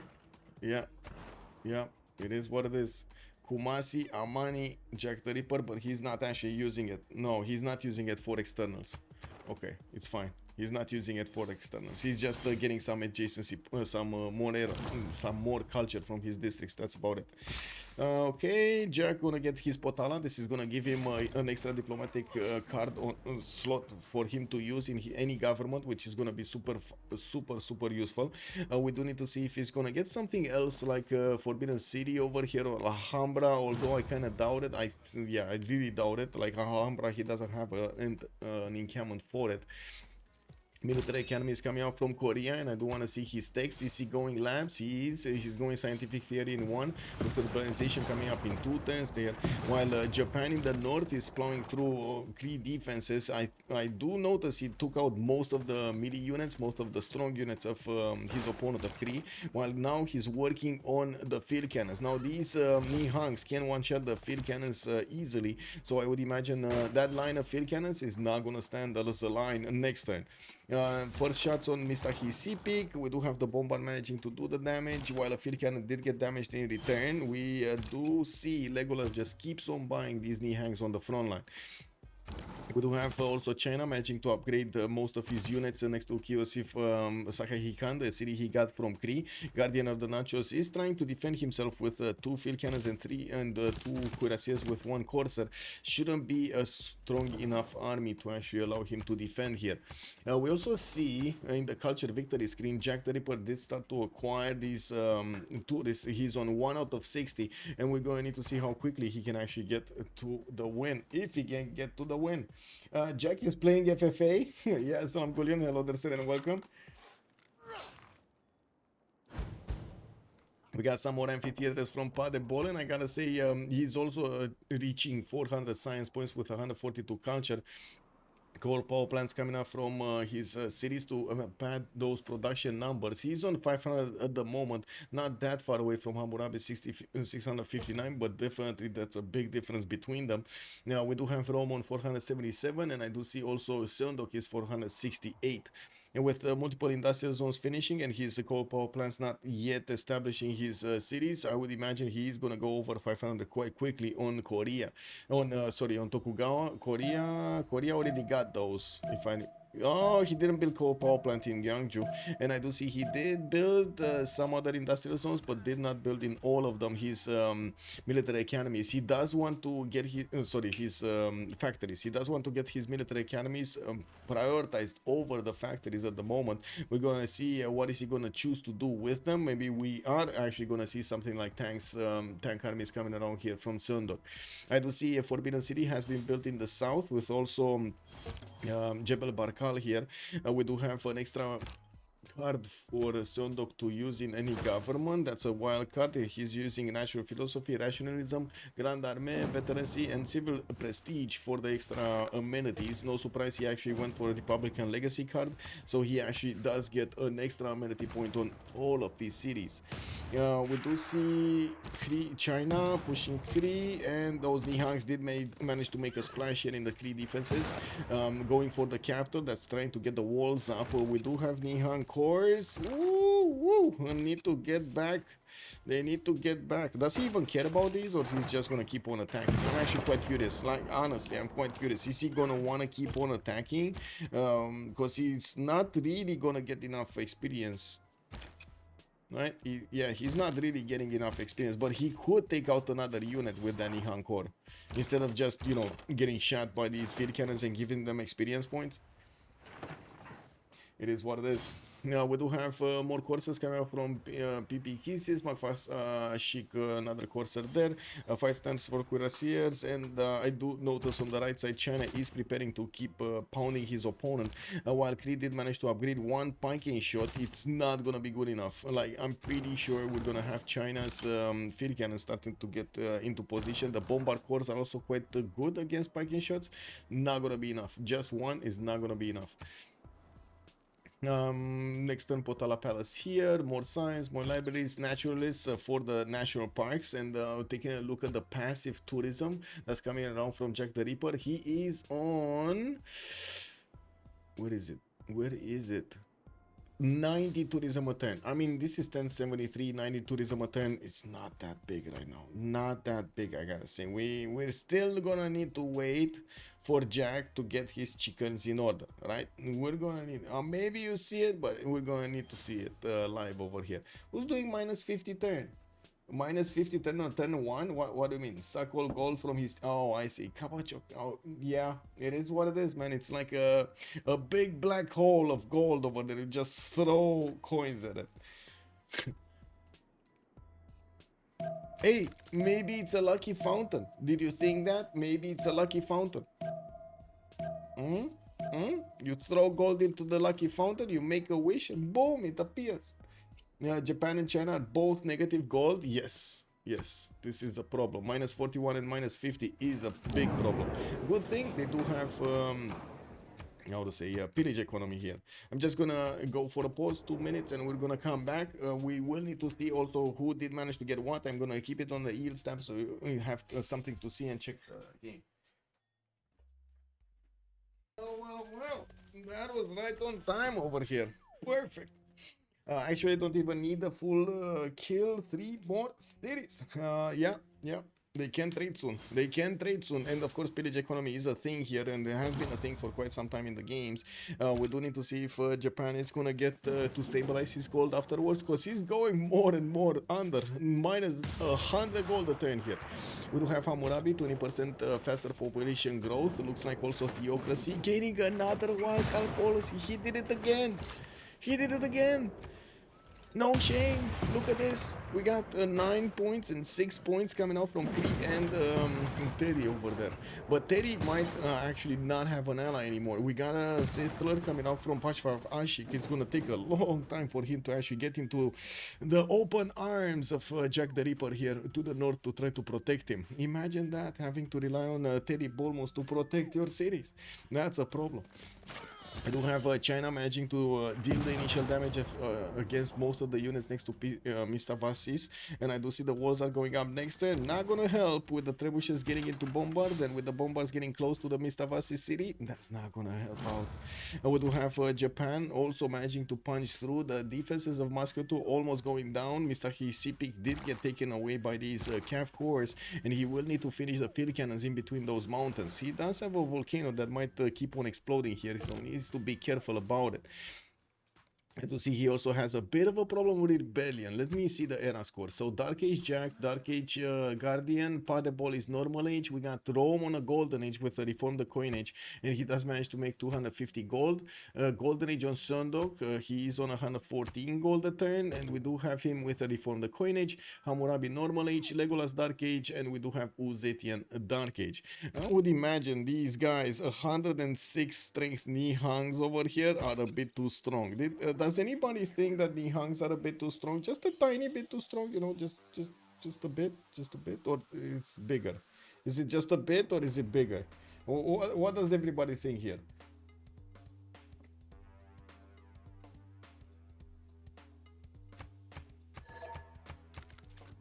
Okay. We chill out, we play for second, you play for first. Wow. Legolas is saying to Korea and Babylon. Okay.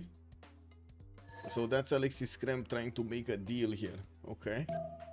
Bukva and Toilet. Looks like they're giving the first to Bukva and Toilet, while Jack the Ripper is gonna be left alone here. Jack the Ripper did see this being talked about. He needs to do something to get that win here. 121 tourism at the moment. He did manage to get the first city park, Dallas National Park here. Now, while I'm pretty sure he's gonna try to buy some more. He does have 300 faith at 10 with 187 science and 420 culture at 10. We do see that he's getting a few more trade routes, building up the Hermitage, and gathering as many of these writer artists and musicians as possible. I don't know, Jack Culture Victory is still going. He just tried to piece me. Oh no! Wait, they did declare war on Poundmaker, right? So he tried to piece, so he gets those tourism points through. Let me actually take a look at who is it? Access, right? Access finally did get over 100 science, 119 and 53, and I do see him getting some more income on training projects and new spies. He's getting spied on by a level 2 spy in from America. Dennis is here. Dennis the Menace. Did you guys see that movie, Dennis the Menace, or am I the only one that did manage to see it? Which was, yeah, when I was very, very young.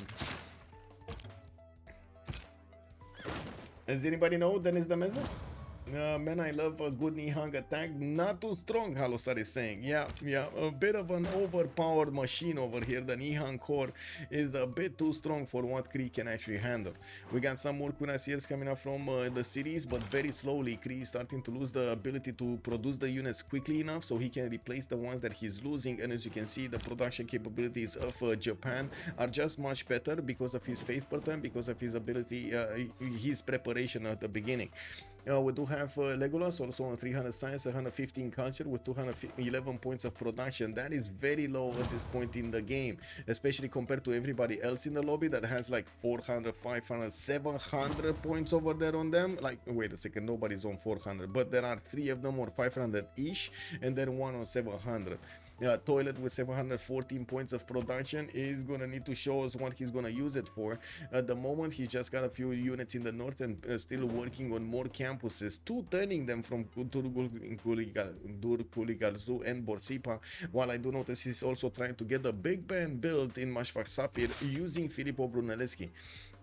And we did have the military academies finishing on Korea. He is going to finish the last one in Gwangju, and I do see he's trying to get the Oxford University in Gwangju on the western border. Now the question is, what is he going to use it for?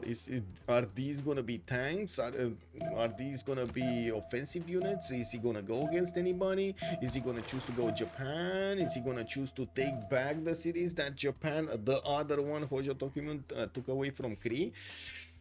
That's a question that we're gonna need to wait and see. What is he doing? I do know the blonde kid on a skateboard. Exactly, the blonde kid on a skateboard that, you know, just does stuff, casually does stuff and annoys his neighbor. It is what it is. Now, we did have also the units of Japan making their way towards the capital city of Kree, wrapping around it with the Nihangs, and of course trying to take out all of the field cannons that are still defending the lands of Kree here. While Musketeer is going to be hit by bombards, I do see this bombard does have a general giving it the bonus movement, so he can move and shoot against that city of Musketeer. There we go, city shot. I do have to point out, city is shot first. The Nihang bombard immediately moved afterwards. You can see how Alexis Kremp was waiting to not get his bombard hit and waiting for one of his Nihangs to actually receive that hit from Musketeer's defensive. We do have Mistavasis also starting to lower its strength in the walls, with the bombards getting into position to hit it next turn. I would imagine that wall will crumble quite quickly. There are quite a few pillages being done, and I do see it's still a negative economy on both Hojo and Uzetian, but now they do have a lot of gold in the bank with how many pillages they did in the lands of Kree. Korea plus Babylon can only go after one Civ together. Rest in peace, Blue Japan. Whenever the push happens, all triangle. Good, yes, sir. Good day, sir. And it will be a problem if Korea actually cuts this empire in half. It will be a major problem for Legolas, and that's probably one of the reasons he was saying that they're gonna take second over here, or they want to take second, so they don't give an idea to Babylon and Korea of actually attacking their cities right now.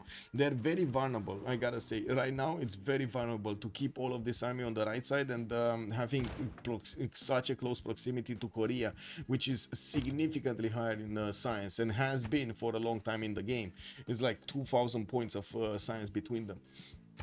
Refining next turn, we are looking at Korea going as quickly as possible towards his tanks. Of course, he does need refining and he does need combustion right afterwards. Chose to get the steel walls first, which is not something that we get to see that often. Most of the time, the players will want to get those refining those oil points going before they're gonna get their steel walls. I do see Alhambra is also gonna finish in Jinju. That is one city that's giving 2 extra policy cards to use, 2 policy slots to use. One of the military kind, Alhambra is gonna give it next turn, and one of the whoa, Jules for Art actually attacks somebody. Why? Who? What is he attacking here? Jules. So Rome with Tokugawa declared war on Hammurabi and Sundok. Why? That's my question. Why?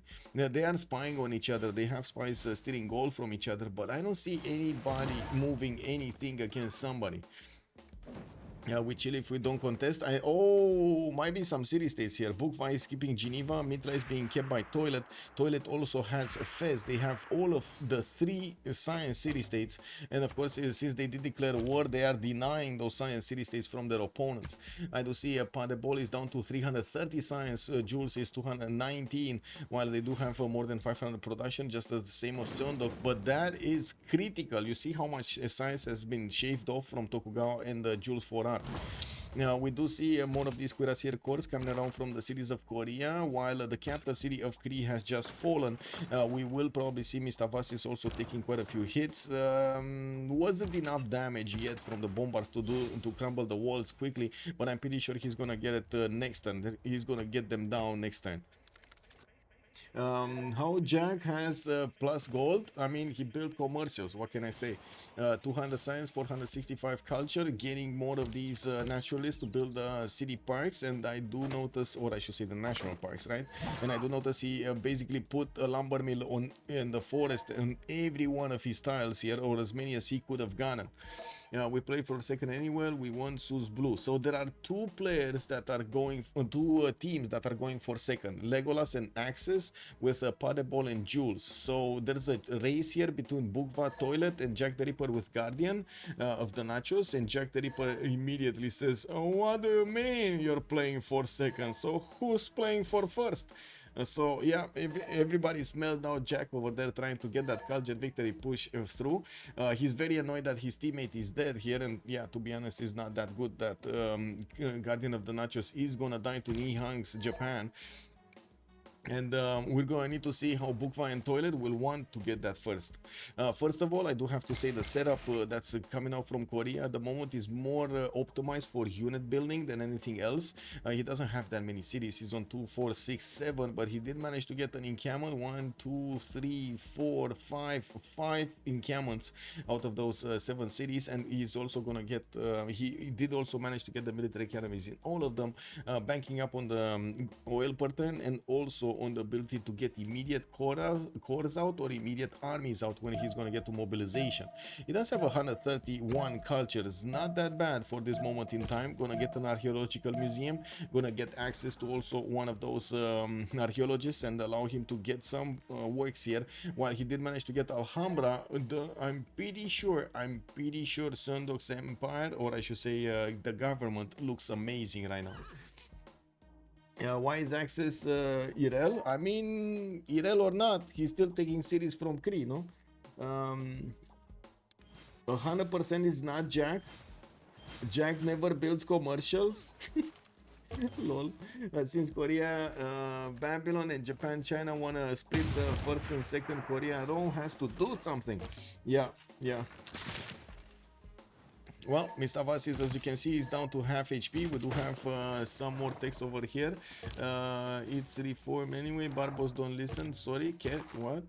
I don't know. What? Oh, I see. Bukva did go for inform the coinage, so his trade routes are protected. That's what they're saying over there. I don't know which trader was in danger, but I guess it is what it is. Yeah, we do have Korea connecting on land with Babylon and starting to get 160 gold a turn. I do have to say Hammurabi is on 588 points of gold per turn. Started to connect here through the city of Maljum towards the capital cities of Korea.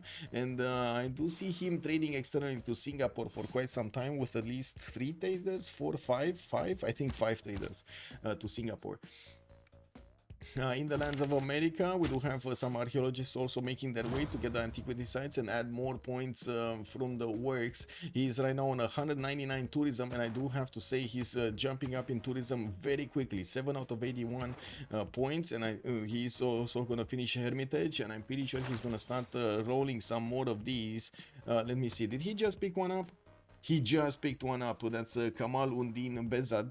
He's going to get one of those artists that will create 3 great works of art. Now we do have more universities in the southwest. He definitely needs to catch up in the science screens. He's still half the science acquired in the game by versus Tokugawa or Sundok, and even about to see Hammurabi just the same. This is a problem that he's going to need to fix, and he's working on it. Slowly but surely he's working on it. Let's take a look what's going on here. Okay, Pichtohana P-Win gonna get walls next turn. That means the Japanese units are gonna need another turn to go through. While PP Kisses in the north is also gonna be taken down. And there are a few more turns until Pasfak Ashik is also gonna go down. Guardian of the Nachos is trying to get out of there with a cav of his own, and the settler trying to get behind the Gulf of Token and settle a city over there in the north. I do want to double check if the north has been discovered. No. So if he puts a city here, somewhere here, nobody's gonna know about it for quite some time, until of course somebody sends a unit there to scout. 800 production, yeah. Sleepy James, welcome sir, and welcome. Was a team? It wasn't. We actually started with 4 teams from the beginning because one of the teams used the no-show token, so they didn't get in. I believe it was what was it? I don't remember the team actually. Chatas or something like this. Chatas, yeah.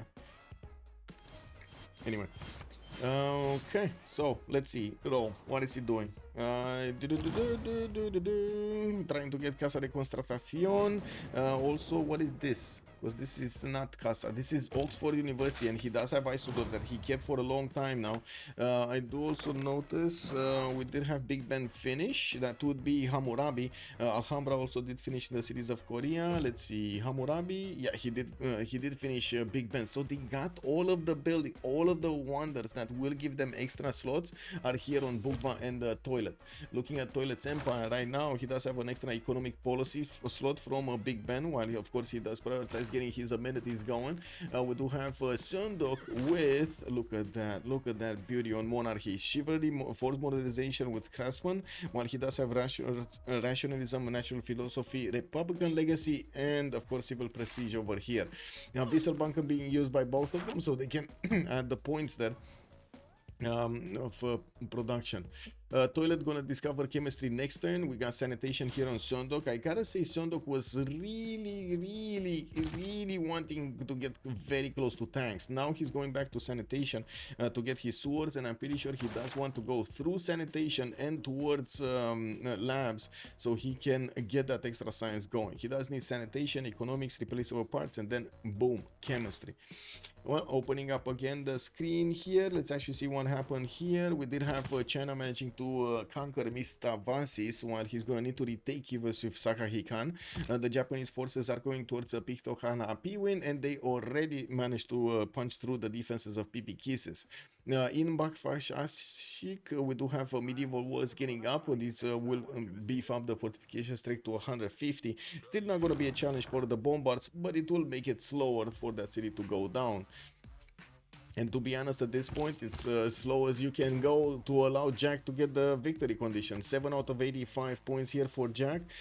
It's extremely big difference in the tech screen between the two.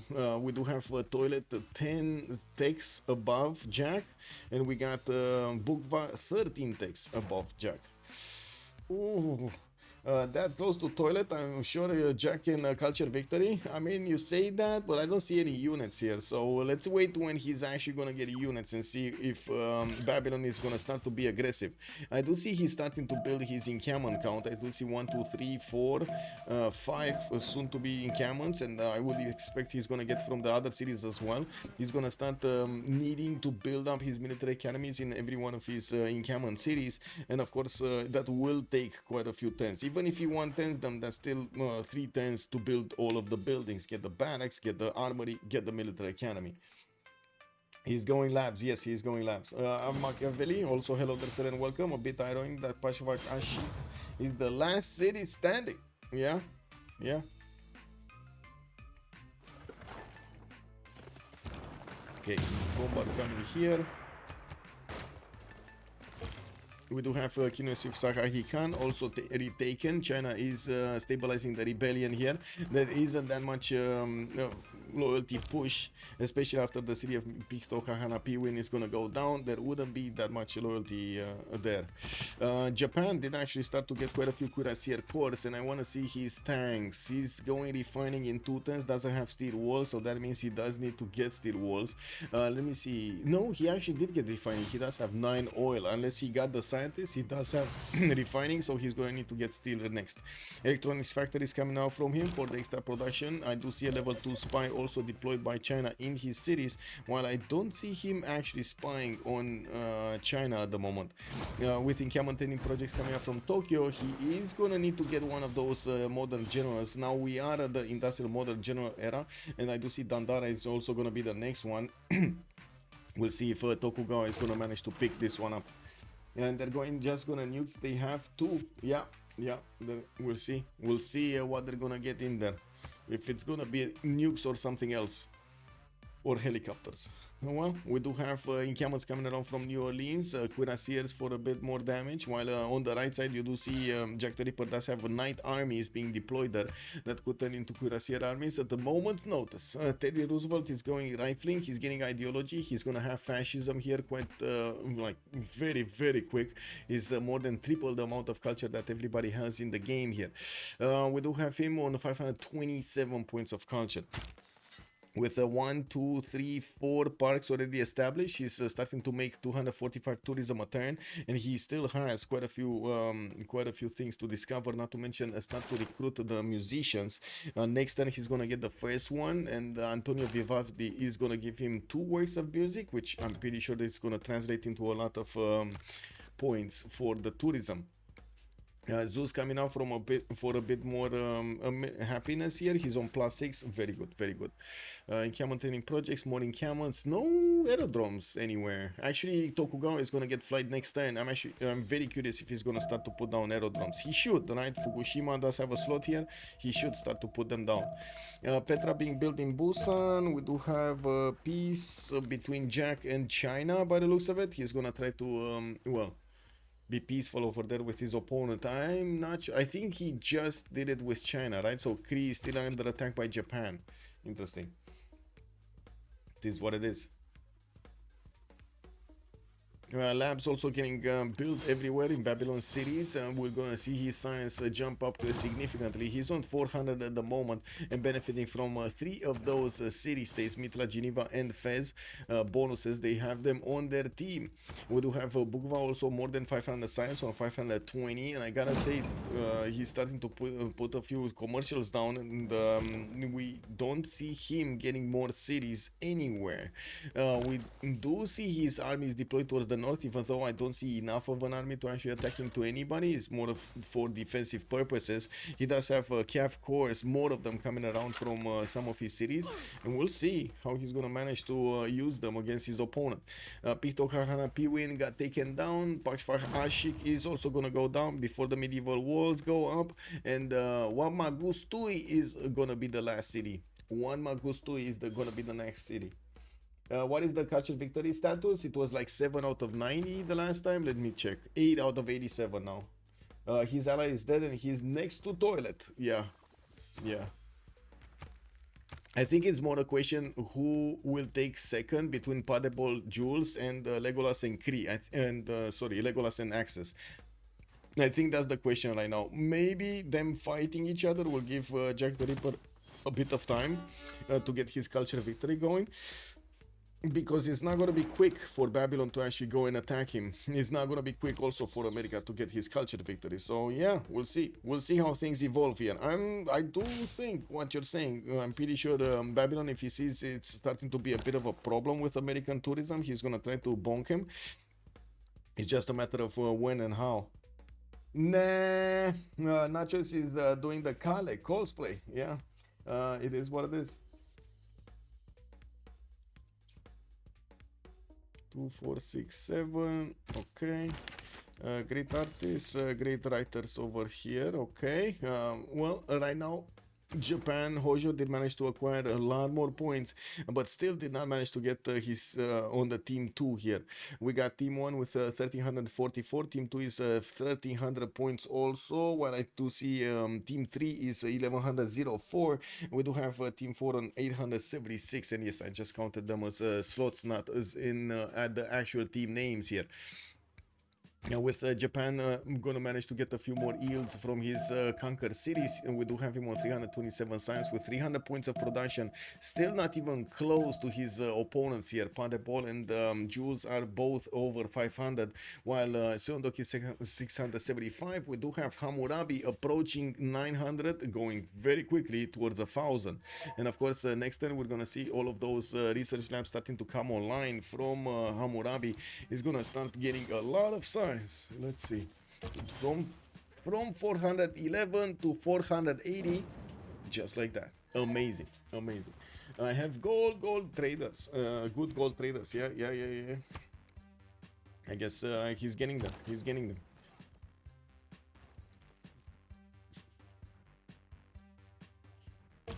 Okay, we do need to see how China is going to try to evolve after this. Is he going to try something about Japan? I would imagine no, mostly because Japan has significantly more science and production than him, but we'll see. We do have access with not that many choices for the next part of the game here.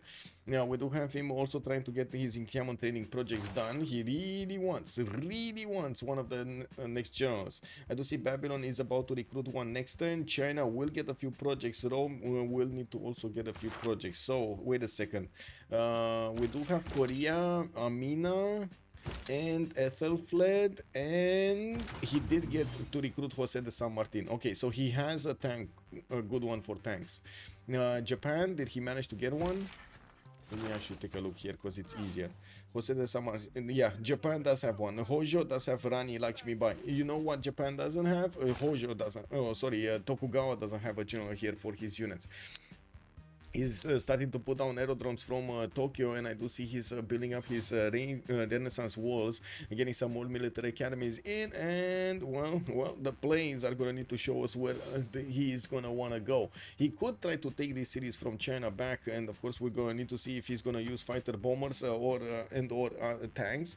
While China is desperately trying to get back his science, he's going for stealing 2, and it looks like him clicking on combustion might actually help him do some damage against Japan later on against Tokugawa. Rome also starting to put down aerodromes, getting some biplanes up and working on his zoos for extra amenities. We do see him placing down Angkor Wat from the city of Ostia, but never actually got to finish it. That would give him an extra point of population on each of his cities, which of course would add up quite a bit. We got already 2, 4, 6, 8 cities from Rome, so easy peasy points over there, 8 population points. We also need to see how Kree is gonna, how Japan is actually gonna manage to get this back somewhere. I would imagine he's gonna need to put his army on the borders of Akakup and Kobe, so he can defend a possible attack from Korea. Yes, I mean, I know they negotiated a little bit in chat over here, saying that, oh wait, we're not gonna attack you if you don't do this, we don't do that, you go for first, we go for second, and something like that. But still, you've seen it multiple times in the game, so players tell you something, and then boom, you just see a few tanks showing up on your border, right? You need to somehow get your defenses up, even if, you know, even if your opponent said, yeah, it's fine, don't worry about it. Barbos goes for jet bombers. Well, let's actually see if his jet bombers are gonna be the answer here. I didn't see a single aerodrome, by the way, from Barbos. I did see from no, actually, I did see from Rome, right? From Rome, from Tokugawa. I didn't see from Korea, and I didn't see from Babylon. Let's see. Babylon, coal power plants, stock exchanges, armories getting in his cities. We do have Korea sending his CAV corps to the west side here. That's going to be a CAV army soon.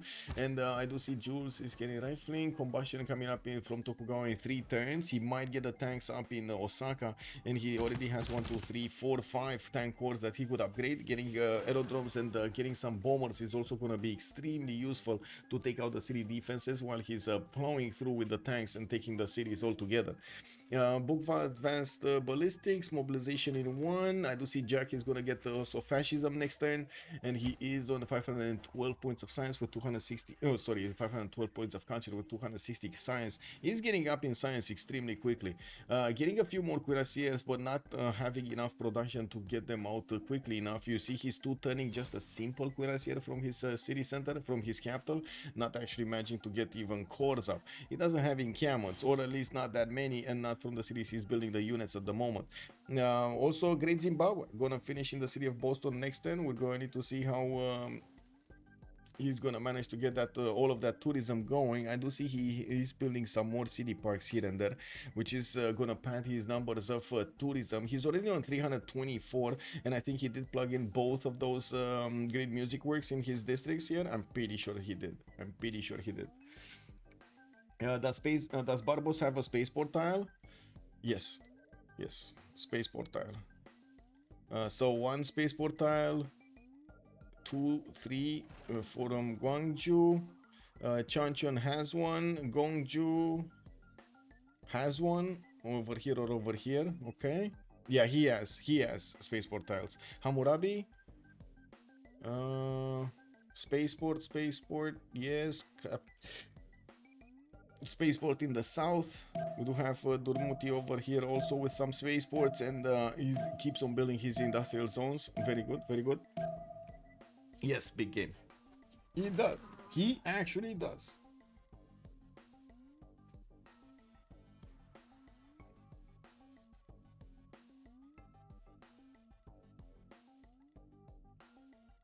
Again, I'm so sorry, YouTube, for the double stream. I'm gonna get the VOD up after the stream and connect them together, mix them properly, so you don't get to see all of the disconnects and my power cuts. I'm so sorry about this.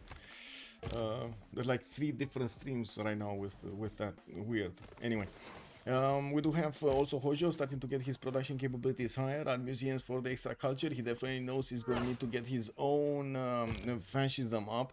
He's on 143 culture at the moment, and I do notice he's getting his military academies from his cities to allow him to get the armies immediately. Toilet is thinking about piecing Tokugawa. Wow. Okay. Well, Japan does have battleship armadas over here able to actually stop any kind of attack for a few turns. We're going to need to see if his planes are going to be deployed somewhere in the air, and of course we're going to need to see if he's going for that advanced flight. Now we do have yeah, peace. They made peace. Okay. Padebol is going for combustion. He's not going advanced flight at the moment. Okay, we didn't contest blue and we didn't contest first. That was the deal.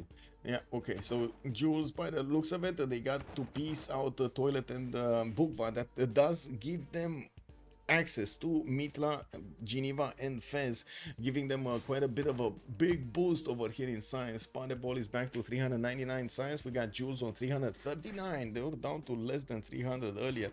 We do also see 600 points of production on Padebol and 568 over there on Rome.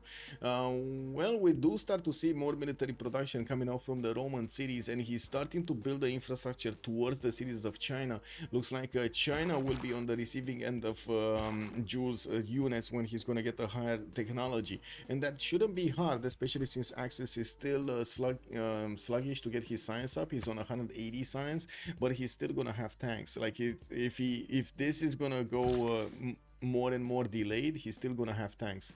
Refining coming up in 2 turns here. Yeah, it is what it is. Show to access his place. Wow.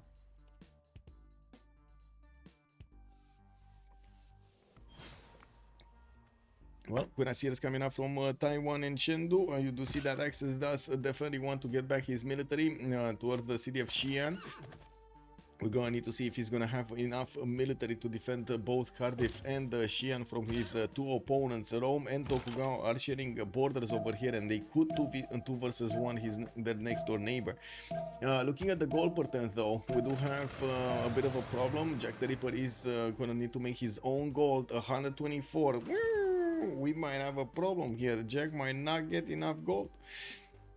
Yeah, let's take a look at this. Is he getting... Oh, he's building more commercials and getting more markets. Man, what did you do with Jack?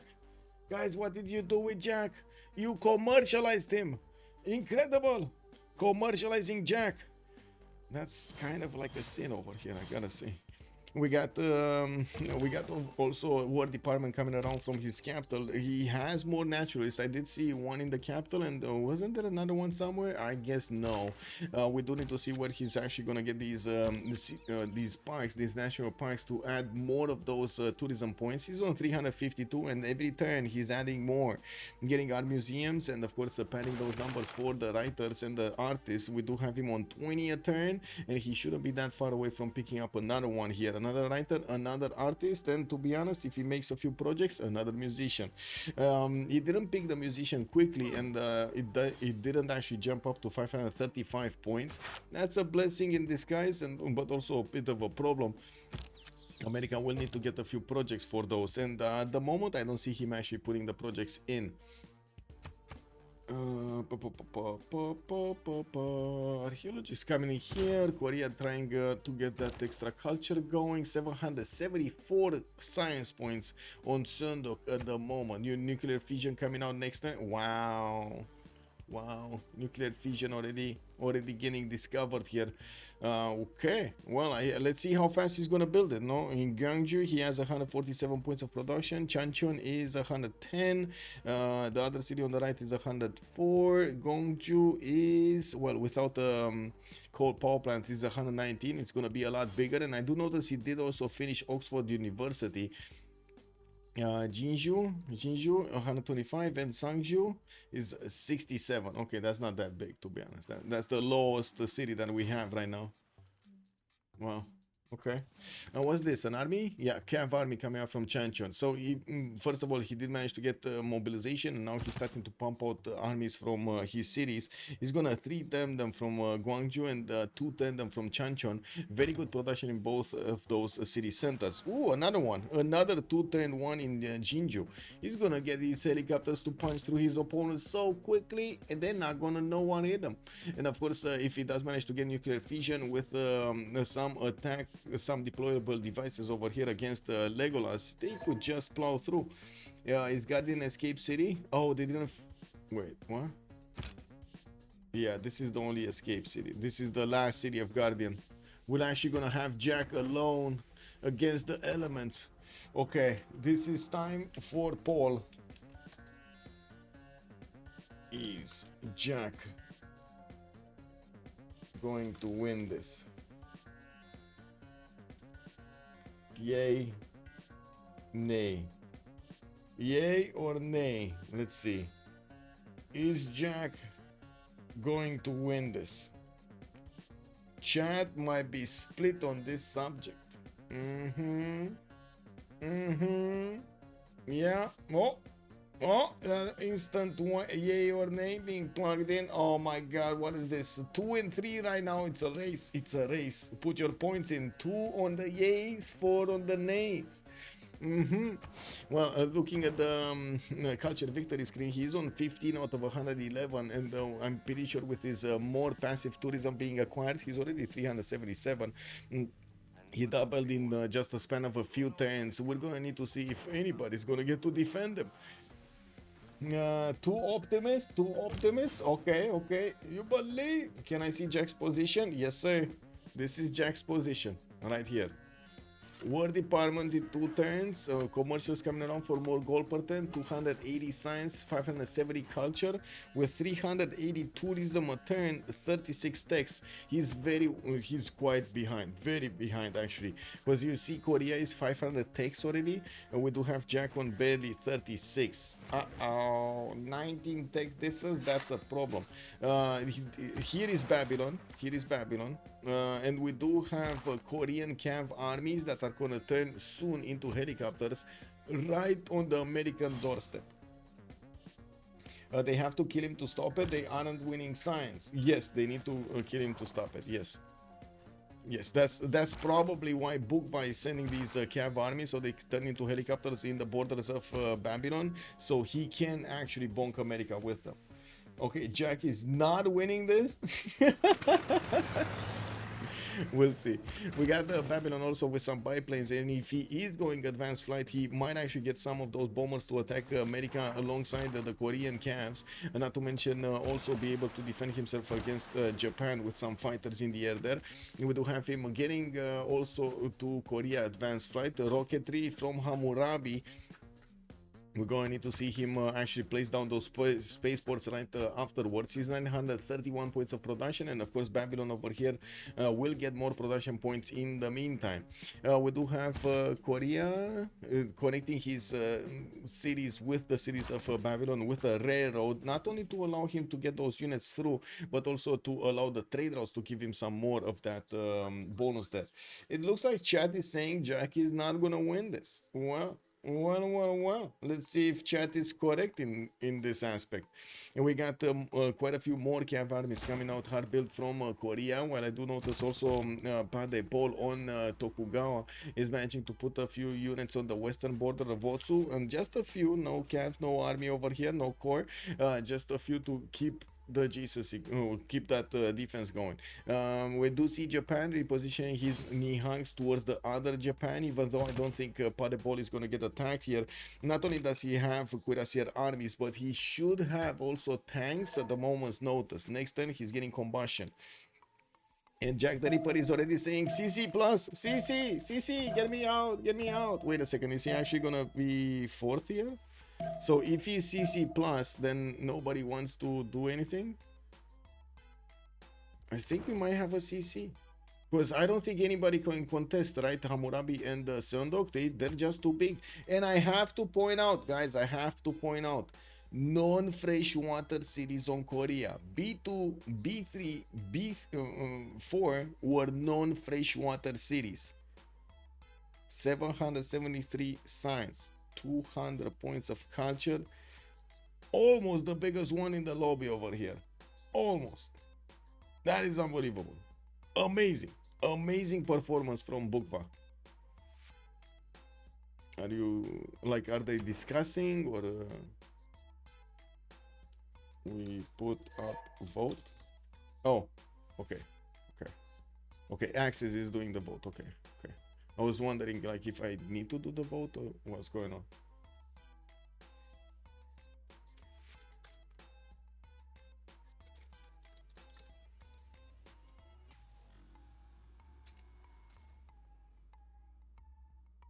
Okay, let's see what's the result of this.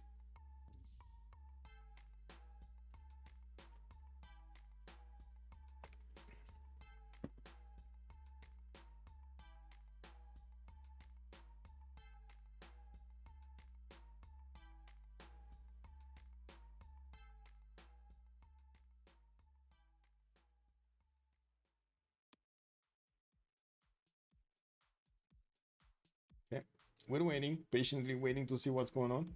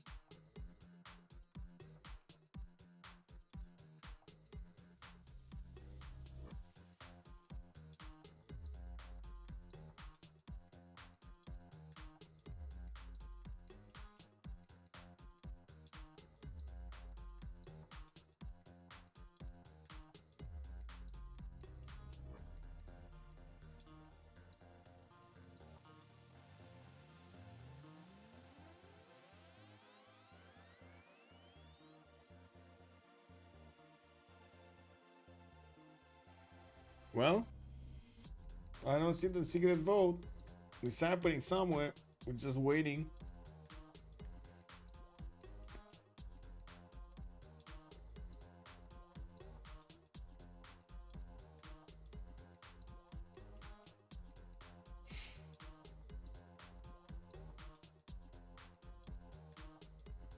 Oh, CZ passed. GG. GG, well played. Let's actually see if we got some post game. Let me go into the post game one and change my sound settings so you can hear just as well. Let me see. Oh, yeah, there we go. Some big brain moves over there on Bukva. Where is Bukva? Where is Bukva? Freaking no freshwater cities anyway. Spent 45 minutes telling me he had no fresh water. Yeah, this was incredible, man. This land. Yeah, well, what's going on, Bukva? Where rivers? Where you know? No rivers. Lakes. You don't think you could kill the other two access, or at least grief him hard, or not? We were debating hard about it, and my opinion, I think the right choice is to take it as it is, because I don't think Jack will roll over very easily. I have the escape settler in the tundra north running, and I get the last city from Cree, but I still think that we might end up losing more. I mean, you No, died to I think Tokugawa, it's no? pretty quick. Yeah, you I died to think I Tokugawa. can possibly pop Japan later on, but you have much more production, so it's only going to be skill-based possibility. I don't think Jack ever wins this, because we have bombers and helis, and he Yeah, won't have no, military he's not. lines. Yeah. Jack cannot win. It's more about can me and Access get second or not. Yeah. And it's I mean, probably tough, but possible. And we choose just not greed and accept. Did you see me railroading so you got extra gold, Alexis, on your traders? I don't know, man. What I see is just like, first of all, when I see your boss south of me, I was like, okay, I hope they don't get a plan like Korea rushing me and something like that. So I tried to be dissuasive, and then we choose to get the plan that could manage us to get a second. Yeah. Well, we saw your military go from like 100 to 600, and we were both like, shit. Like, I could have bopped any of you, and the other one couldn't have do shit. But I choose to go on Cree. 106 strength Nihang cores. WTF, man. I think I hovered a unit one time to the right side of the Empire, and I saw you had general on the right side. Like you had a knight on your right side, and I hovered and saw that's where the general was. Because we didn't know where the general was, and we never saw your city because no open borders, right? So I couldn't see like your units. That's why I set a scout on the border the entire game. I made sure I get vision on Tokugawa cities right away. And I was actually prepared. To be honest, if there was not Rome as his ally right below him, I would have probably just donkeyed into him. They have naval trades, don't they? Like super early, it looked like when we saw him. Yeah. But we don't see like all the middle because of like the borders. But with him, these two next to each other, there's no chance I push there. So Do you think Vidisha guys, did Draconated Science Alliance first or not? Or Draconated went military? I can't see. Yeah, I mean I wish I could. Oh, look, it's who got here? Jules, he can tell us. Jules, did you guys do Science Alliance first or not? No. We thought about, but we didn't get it. Wait, was there only 3 blue CS or was there a 4th? There was 3. 3. There are Okay, 'cause 3 we and we didn't see Fez. You didn't see Fez until I declared? Yeah. Oh, wait, where is Fez? Right above Tokugawa. North, yeah. Up there, yeah. Hey, wait, how did we see Fez so early? I scouted like early on. It's when you play like these weird 2v2v2, you don't know what, like you guys, if like Alexis rode into us, we don't win, right? Or very unlikely to win. I mean, So- I don't think it's gonna be an easy push because I had like 3-4. Not easy, but the chance of winning is just like gone. I mean, sure, yeah, it's gonna be like much harder. I mean, if But, I like- do the thing I did Cree to any of you because you went industrial, I probably bop the one, but the other one then just pressure me and it's going to be hard. Yeah, you're gonna be fighting 2v1. I don't think it's like a good idea. As well. I mean, I probably bop one if I focus on one, but then I probably lose a city in the other side. So I Yeah. can't, I get an empire, but I lose few city in the other side. Yeah, and the thing with Guardian is you guys can now trade, yeah? If you want to. Well, we killed Kree because he had Oh. a lot of commercial hubs, and it permit Wait. us to just manage to get some economy back because Wait, we knew Alexis, that you didn't build a single commercial or harbor until like 1070, right? Because I checked and you had 0 Yes. merchant. I mean, I didn't need. I need stats because I'm like 1v3. Yeah. And you guys do stats, so I need stats before, and then we choose a plan that will give us gold after, so it's okay. We just choose to kill Kree and get all these commercial hubs for ourselves. Barbos, you were the biggest provider in the end. I had a level 3 spy in your Forbidden Yeah, he was City. bitching about the money. No, I didn't I siphon. figured. I I did it not was you, siphon. yeah. Hold on, I did not siphon. Wait, what do you? No, What's he no. I providing? mean, like the Tax? text. He was stealing the text. Yeah, I like, was stealing tax, so I reached steal I mean, it's fast. kind of annoying. Like I have fucking academics on every city of that sanctuary, like the Deepak Water building. Yeah, but You it know, was I actually got worse shields when I switched from Singapore traders to Barbers, but I guess the whistle banking like helps. But these Singapore traders are so nice. Bless you. I don't know. I was so upset early game when I plant like double expand of an open granary in both. Yeah. I was not too happy with my spawn either. 2-1 settle working 2-2. Another floodplain settle forced to rush at Timananki. Wait, what do you mean 2-1 settle? 2-1 base. Capital? No, for second. B2. Oh, we got faked by BCY Max. Yeah. We were both 2-2 working 2-2. And the only thing that was great, my volcano erupted kind of early, but I don't know, I had 0 tempo. I was so behind straight up. Yeah, I was 2-2 base working 2-2, but I got a pop up the turn my scout finished, so I went quick settler, and then I moved my settler north along the river, and then you know how your settler can see 3 tiles? I saw 2 3-2 bananas when I moved my settler. And Easy. I knew there was a city there, I just didn't know what the tiles around it were, and it was like perfect. Perfect expand. But I was kind of paranoid, like we saw Japan and Kree units early, where they were, and like also Jack like last moved the scout next to me at one point. And I'm not sure if he's going to declare for a free charge builder or not.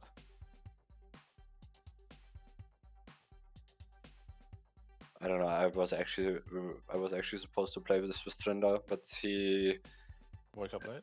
Or Yeah. slept in? he came Yeah, I saw in his Discord, yeah. 1.5 hours later. Like what the hell? Yep.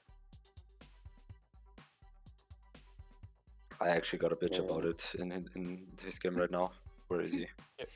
I'm Yeah, we were so worried sorry for about, the power cuts, by the way. I have no idea. It just like the whole power went out for the building, and did it for like 5 seconds, but it was enough just to kill everything.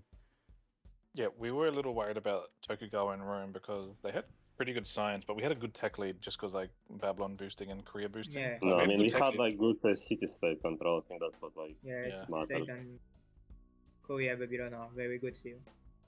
So when we saw the Amhani go in, I was like, maybe we should just declare so they don't like. Because that was a double Darmani in the blue CS. I was hesitating because I knew you could declare for money, so maybe I couldn't sell it. I don't. Yeah. I mean, even at the end, I wanted to declare on Jack multiple times to knock out Kumasi, but I couldn't because I had kill with double blue and I was looking for like double brown or double Yeah. yellow. We found Mexico in this turn. I was like, oh my god, nobody doing anything to contest Until War or something like that. Yeah. Actually, I saw Access take Kumasi from Jack and he lost 100 and like 120 culture in the one turn. I was like, he has 2 yellow, 2 blue, 1 win. Yeah, Jack overtook Lahore from Alexis, and I had the merchant that gives 3 envoys in LCS. Wait, the second Congress, we were thinking, holy shit, these guys aren't gonna like, we're not gonna lose Theocracies 2 times in a row, right? And we went all in merchant. Wait, hold on, can you unpause Access real quick? What was the split? Because we saw. I'm not in the game anymore. Access Yeah, Japan voted for the Celtics as well. Like Yes, like we total did. bit. Like 5 Yeah, votes, but- I think you put. I'm Because- not recommending Worm playing without continent boost. No, not very good. Wait, what do you mean? What'd you say? No, I didn't get the continent boost with Worm. no foreign trade. So monuments are quite light. So I didn't have Yeah. any tempo. Yeah. I think besides Barbas having no fresh water, we had like good position. I mean, and, yeah, like, like my land quality was like very good, Yeah. apart from like freshwater. You see his cities access or not? You ever got a unit into Barbas's land? I mean, he's spying Especially on me. Of spies. course, he sees my cities. Of course I see the cities. The thing is, Wu's the town spies have 5 vision or something. Yeah. But he just has like a circle of fresh cities around his capital. Yeah, but I see the city with Forbidden City in it, so that was Yeah. enough. I mean, it fucking 6 cities or whatever. Started like Right. 150. Look at his Wonder City, Pyramids, Forbidden, Grey Buff, Jebel. Oh, Jinju is amazing. Alhambra. Yes. Yeah, that's got 5. That's a derpy city. You managed to get all of the extra policy buildings, all of them. No. I mean, Potala. Potala Which got ones Big you- Ban. Oh, Potala. and, Potala built by Jack. Yeah, Potala built by Potala Jack. got, yeah, Potala got. Yeah. That's It it. took a long time to build it because I saw it and then he started building it pretty early. I mean, but Bit I don't weird. think Jack like had a good chance to win. I don't think he like should have actually like. Oh, he did. As in, if he was far away from you, it would have been quite problematic. Yeah, like he's gonna get greeted by the helicopters and bombers, but I think Yes. he maybe like would be like close, maybe to make it But interesting. if he's I mean, he's cannot build fascism now, rock Mhm. but he doesn't have the production, like enough production for units. He's building them. He's building cuirassiers to try to army them up and put them on the front line to exactly Wait. towards Babylon. Wait, was Jules, were you Rome or Tokugawa? You were Rome, right? Yeah, I was one. Oh my god, we can't believe you sniped the engineer from us when we did Oh it in yeah, turn as well. I was like one turn after you for scientist, and I was like it's the same for engineer, but you're gonna unlock, so I'm gonna spam click. I didn't go anywhere, just engineer and click and spam, Yeah, we thought I we could didn't it do in something turn, else. And I did the wonder, so I got Sasu retained his knighthood for 11 months. Yep. the Brazilian. Anyway, GG guys, good game. That was a you little will play- bit Yeah, high. GG. It was something that triggered me that nobody wanted to ban Tokugawa. I mean, yeah, I it's a think that's strong to click state on the randomness. map. It's Me so and Bal just wanted stupid. to click random, so we didn't care. Did you see the weird settings we did? We voted high sea level, like Okay, I'm gonna stop it here. I'm gonna get something to eat because I didn't get to eat in the morning, and I do hope we're gonna see each other in the next ones. Really sorry about the connection cuts, or I should say the power cuts that we had during the stream, the 2 drops that we had. I do want to say that I'm gonna get the vote on YouTube all together. I'm just gonna need a few hours to actually mix it properly. Thank you so much for the subs, much appreciated. And Sasu, thank you so much, sir, for the tier 1 sub. Much, merci beaucoup. Thank you also for the bits, much appreciated for the follows during the stream, and I do hope you enjoy the content with me tonight, or I should say today. Hopefully we're gonna see each other on tomorrow on the 2 versus 2s or 4 and the 4 versus 4s. We do have a full a day and a half of full Civ6 action going on in the CPL community for the Clan Championship Cup 13. So there are still quite a few streams going on. I'm actually gonna try to send you to one of the streams. Probably I'm thinking Trinidad right now, so you get to see over there some awesome action. Let's see each other next time. In the meantime, if you want to take a look at my schedule, you can check out my Discord. You're gonna find over there the information about the upcoming games. I will try to keep on adding them as soon as I find out about it, and I'm thinking of also enlarging the time frame that I'm actually putting the schedule on. It's right now a weekly based. Hopefully we're gonna get on a bi-monthly base, like in, or I should say 2 weeks, every 2 weeks. Maybe we're even gonna get that monthly. But anyway, have a great evening and have some fun with some Civ6 action. Don't forget to like and subscribe over there on YouTube, and let's see each other next time. Bye bye.